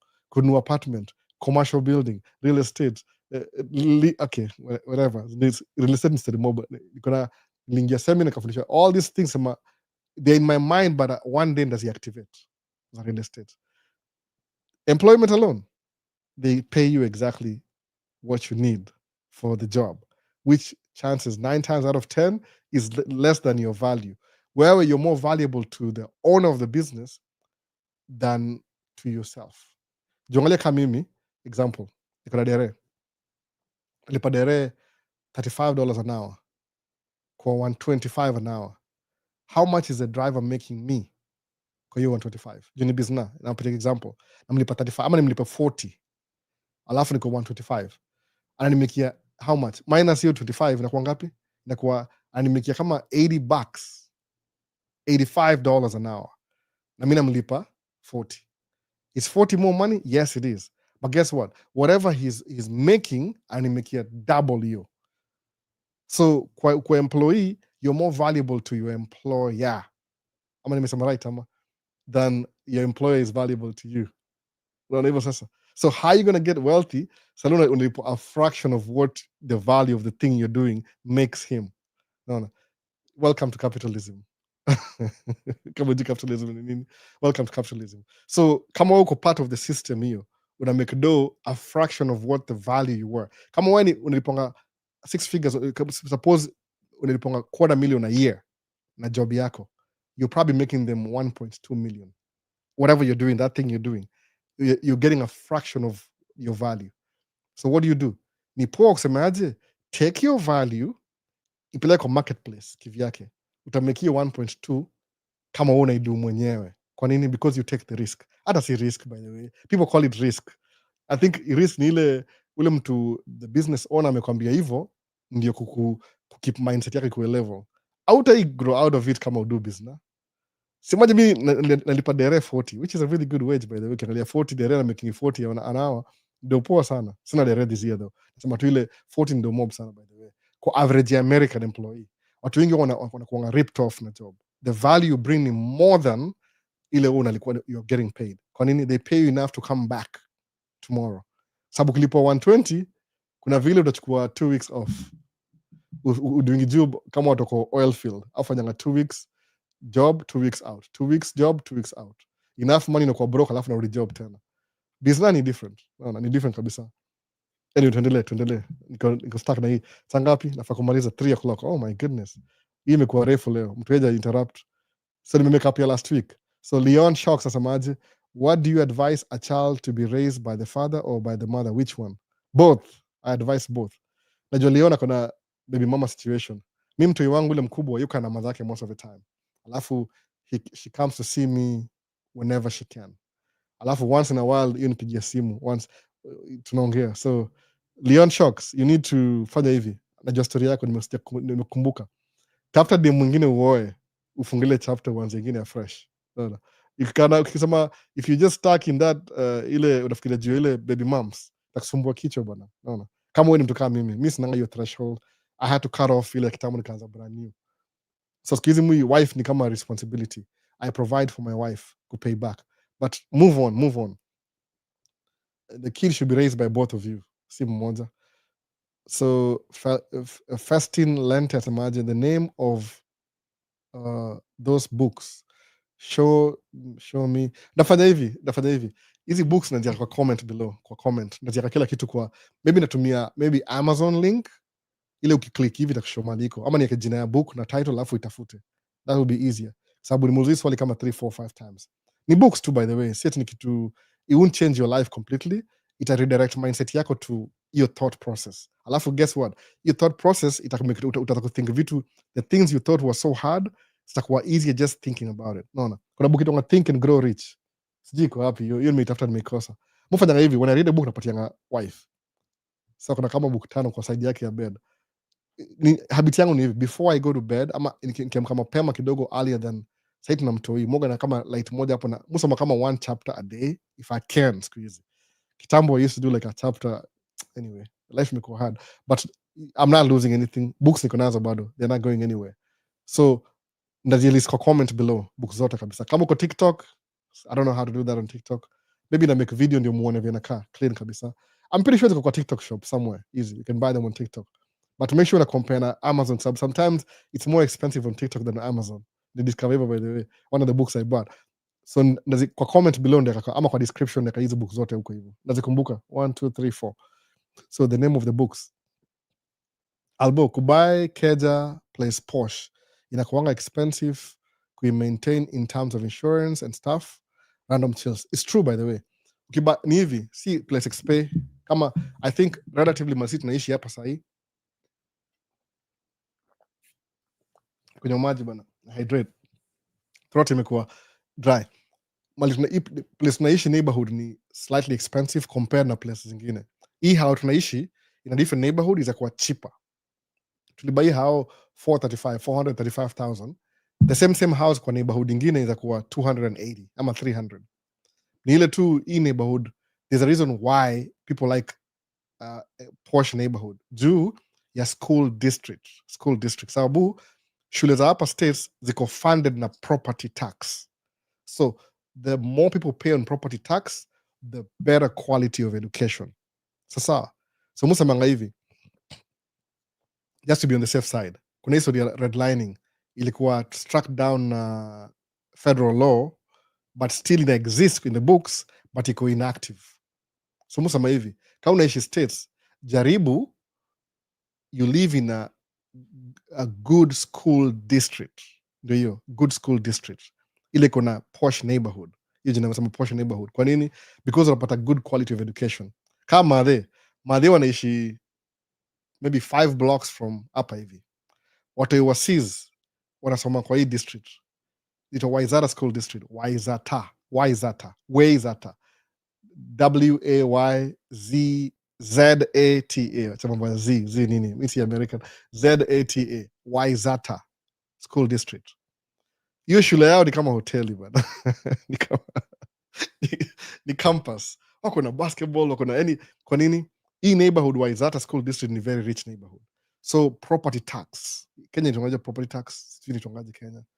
Land rates, whatever rates, the property tax from this funds the school. So this school itakuwa na more resources. So idea ni hivi, make sure you buy a house at the edges of the good school district. Ndio your kids can benefit from the good school district. Kwa sababu good school district has more resources. Ukiishi North Minneapolis, for example, black neighborhood. See, they're not poor because of they're lazy and they don't want to go to work and they get welfare. Kuna laws zilikuwa passed, itonga redlining, ziliwa discriminate from participating in the economy of the state in general. Kwa nini? Sponsored by racism. Anyway, so that's why. So weka ni Mkenya umekam kama na green card, umekam wewe ni immigrant, jaribu kuishi kwa neighborhood iko na good school district. Ndio, if you're patriotic enough, kama semi ungafani, I live in a good school district, lakini my kids go to private school. Courtesy of their mom. Sema kweli. Ni mwachayali pange yes Kelfis. Nimpatie hiyo she has to spend her money anyway. Ndio kama utakolipia shule, turudishe kwa no. Okay, sawa. So yeye ndio alipia. Courtesy yeye ndio anafandio private school. So we live in a good school district, but nini unaenda private school. So it doesn't really matter. Kuna chuo fulani hapa hivi za America, they were started in Minnesota, itonga Montessori school. Ni kama Catholic Christian school hivi Montessori, lakini ni hizo nga more practical learning. So kama wapeleki a good school district, make sure your kids are in a Montessori school. Itu ni ile general idea. I'd love for my kids to go there, lakini chuo yao iko equally good. I mean, most of these kids are going to be trust fund babies anyway. Hizi asset mimi accumulate saa hii ndawachia zote. Who cares? No. Anyway, but ni ile Montessori, kuna una choose where you live based on ile kama una watoi, who cares? Enda ishi North Minneapolis. Kwa hiyo place liko redlined, au kupewa funds za kuimprove mahao, ndio ikakuwa degraded neighborhood juu hawana do. Anyway, ni unfair practice by the way. Msaamini story sijui nazamwambia nini. Hao gawa lazy. Anyway, in argument ingine. Long time sijaingia live show, happy to join. Joseph Ndichu. Umepotea sana Jeff Ndichu. Naona kuna dreams za BMW hapo. Naona BMW steering wheel. Macho za kumunda. Sasa tatizo mwanake akiwa very toxic, utaweza vumilia aje mpaka mwanamke watoto wakue wakubwa? Who cares? Mi akwagi toxic vile. Unatry tu na cool down fire. Lazima uangalie objective. Kama hii situation inakuaffect wewe personally, that you can function at your 100% capacity, toka, go. Leave. But kama ni kitu you can handle it, vumilia tu mpaka watu wao kwa wakubwa alafu ndio utoke. Itakuwa poa hivyo. Itakuwa poa. Usiogope sana by the way. Come on. Wacha kuongea assumption. Let's be real, Macha za Kumunda. If you can handle it, mimi naweza handle yangu by the way. Unless anifukuze siku moja. But msemanga aje akinifukuza itakuwa more advantageous kwangu. So Leon, speaking of that, talk more about more logic to compounding. Talk more logic to compounding. Compounding interest ama I don't know. Nipata mazini nimesahau. Mtu amepatia, kuna Mugo Zak amepatia na $2 CA $2. Thank you mazini. Sijapata nini for a very long time. How did I miss this? Thank you sana Mugo Zak. Amedonate nini $2 hapa hivi kwa live. Thank you, appreciate it sana. Najua imekutouch sana mpaka umenini. Najua hiyo feeling. So Mugo Zak asema, hello Albo. Man, long time. Mi niko huku 254 napiga kazi ya excavator.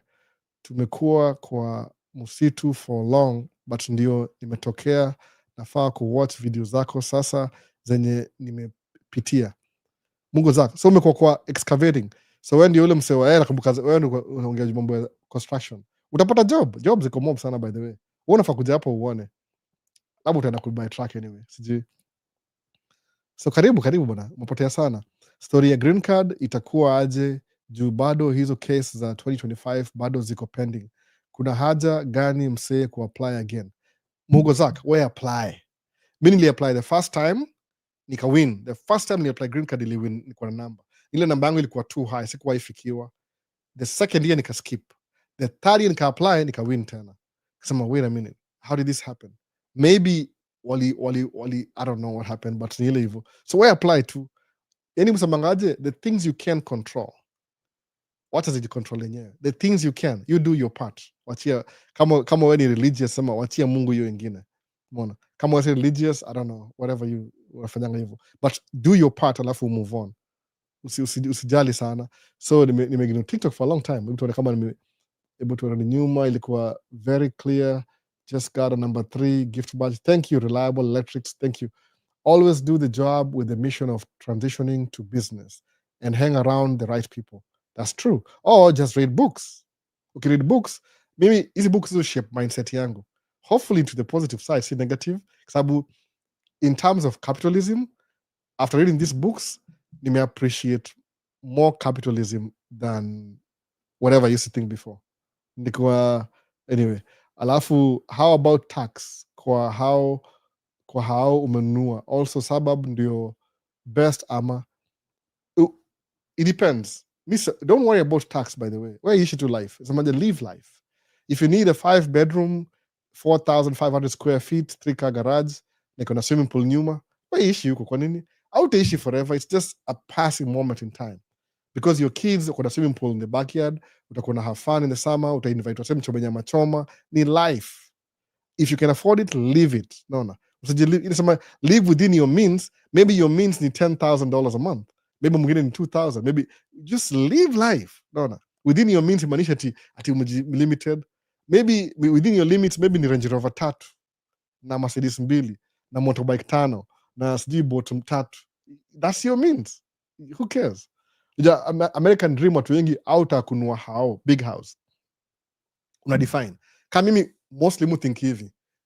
Sahi now before ilikuwa something different. Sahi mu think hivi ni kuwe na kama 8 to 10 acres land ile ikuwe country rural lakini ni close to the city, like as soon as city limits zimeishia hapa, the next property ni rural.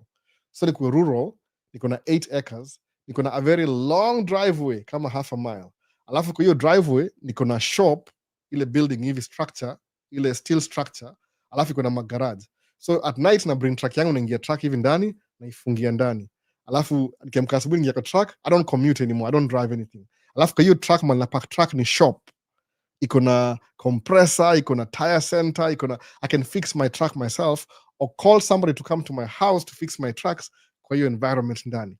Alafu niishi kwa maybe 5,000 square feet, niweke swimming pool, nikuwe na trail around my property kwa fence uko ya kutembea, niweke lami na kila kitu. That's my dream.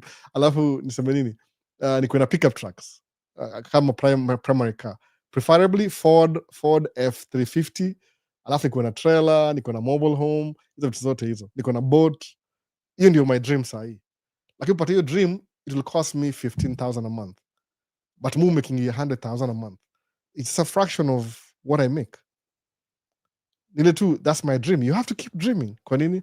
Ndio uko na ile ikutoa from point A to the next step, because if you don't dream una die out. I mean, you have to dream about something, impossibilities. Elon Musk anafikiria kwenda kwa Mars, kama jina yake Elon Musk. I don't know what that is, but it's not an easy project kwa kampuni kupull. The only thing that is a pull hiyo kwenda kwa Mars ni government, si kampuni, kwa sababu kampuni kuna shareholders, they want to make their money. No, see Gava is got unlimited budgets. No, I'll print dough. They print money.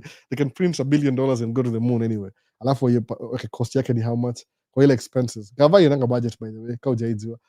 Anyway, so Zach G, apply green card. Wacha story mob. We apply. No. Excavation, sasa huku operators wanalipwa aje? Aki huku Kenya ni bure kabisa. Hakuna kitu kupata. Hapa hivyo ulipwa hivi. The last time ni check ilikuwa $45 an hour. But lazima ukuwe na union. Alafu ina increase as you stay there. And do I need kuenda shule ya kuoperate since niko na skills already. Watakutest. Utaingia kama hizi kama 1 month hivi ile tu confirm alafu manzana naye. Utakuwa sawa. Hata utaacha na hiyo job utakaa huko sana. So creative journey, always do job. Okay, sasa alafu okay, nimaliza hiyo. Just stumble upon this live and you're speaking everything I wanted to hear on business. Mary Mix. Oh, karibu sana. I don't post videos anymore on TikTok, lakini mu post YouTube. Ni ile tu, I'm so busy, sina time ya kuedit. I can be doing that more. Sija post TikTok sijui how many times. I'll try to post one ya hizi vitabu peke yake today. Sasa, so nini ingine? We're winding down, by the way. We're winding down. But kama uko TikTok, if you're on TikTok, na umisi live, recording iko YouTube, same name, Maisha States. Kwa handle ni @ Maisha_States. YouTube, TikTok, Facebook, Instagram, zote.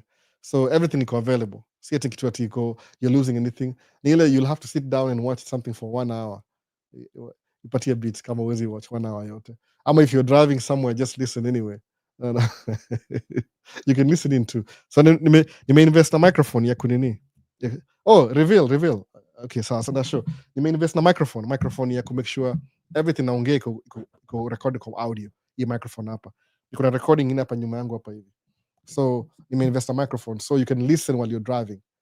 Kaa ni mbaya, that's why gonna double up na record. Kuna recording, kuna live stream. Maisha @ Maisha_States. Ukienda kwa YouTube, playlist inaitwa Man Cave Talk Live. Ama ile recording ni Man Cave Talk. So Man Cave Talk Live, leo hii live ya leo, this is the 90th episode. Tuko na 90 lives tangu tuanze channel 2.5 years ago. Alafu kwa Man Cave Talk iko over 100 and something. Nimekirekodizi 100 and something. So if you have time, you can listen to this live Q&A basically. Uta understand what I was saying before. Ni kama hii iko kama almost 3 hours. Leo nimeenda mbali. Mtu yeye hajakuja kudikatia leo. Anyway, so ndio hivyo. So everything hii live yote ya leo, yote kabisa iko kwa recording. Ziko YouTube. Everything for free, YouTube. I don't charge you any money. It's free 99. Free.99. No, ni free 99. So ni free. Kama ina make sense kwako, you can listen to it, usikie story. Alafu hopefully idea yangu ile kuprovoke ukuwe na mindset ya participate in capitalism. Sababu sahi the system that runs the world sahi ni capitalism. No. The new world order in capitalism. Unless it changes, do. But so if you want to participate, if you can't beat them, what do? You join them. No. Kuwa capitalist pia wewe. What's the definition of capitalism? Using other people's resources to make yourself rich. No. Ni a system of manipulation. So it's up to you on your level of manipulation. Musa mangaje, because I know I'm manipulating people, if I hire drivers, let me pay them more. Yani kujipatia ile guilt free. Sababu they make you so much money, 3-4 times more than what you pay them. So if I'm going to pay them, I want to be the best employer in the world. Now guess what? Bado wako kwa entitled. No. So I don't know what to do. So union ni kama ile unaingia union ni kama itongaje, labor union ile they fight for your rights. Sabini you'll be better off na union because construction, if you're not in a union, the employer can really manipulate you. You could be working 12 hours, you're only paid 8. In your union, they'll make sure that you're paid for 12, you're well compensated. Sababu ni very random job. Sawa, that's why you want to go to a union. Na lazima nikae ati 1 year kwanza ama naweza fika kwa kama nimeingia hizo immediately Zakaji, immediately. Uona kama kijana yangu utaingia immediately, by the way. Utakam on Friday, on Monday uko job. No. I'm not kidding. If a joke. Because maybe utaingia ile orientation on Monday, alafu by 2 weeks uko job already. No. Sababu because you know the skills. The skills never leave you, by the way. History of plumbing, electrician, construction, hizo skills you always make money. Truck driving is skill. You don't need a master's degree to drive truck.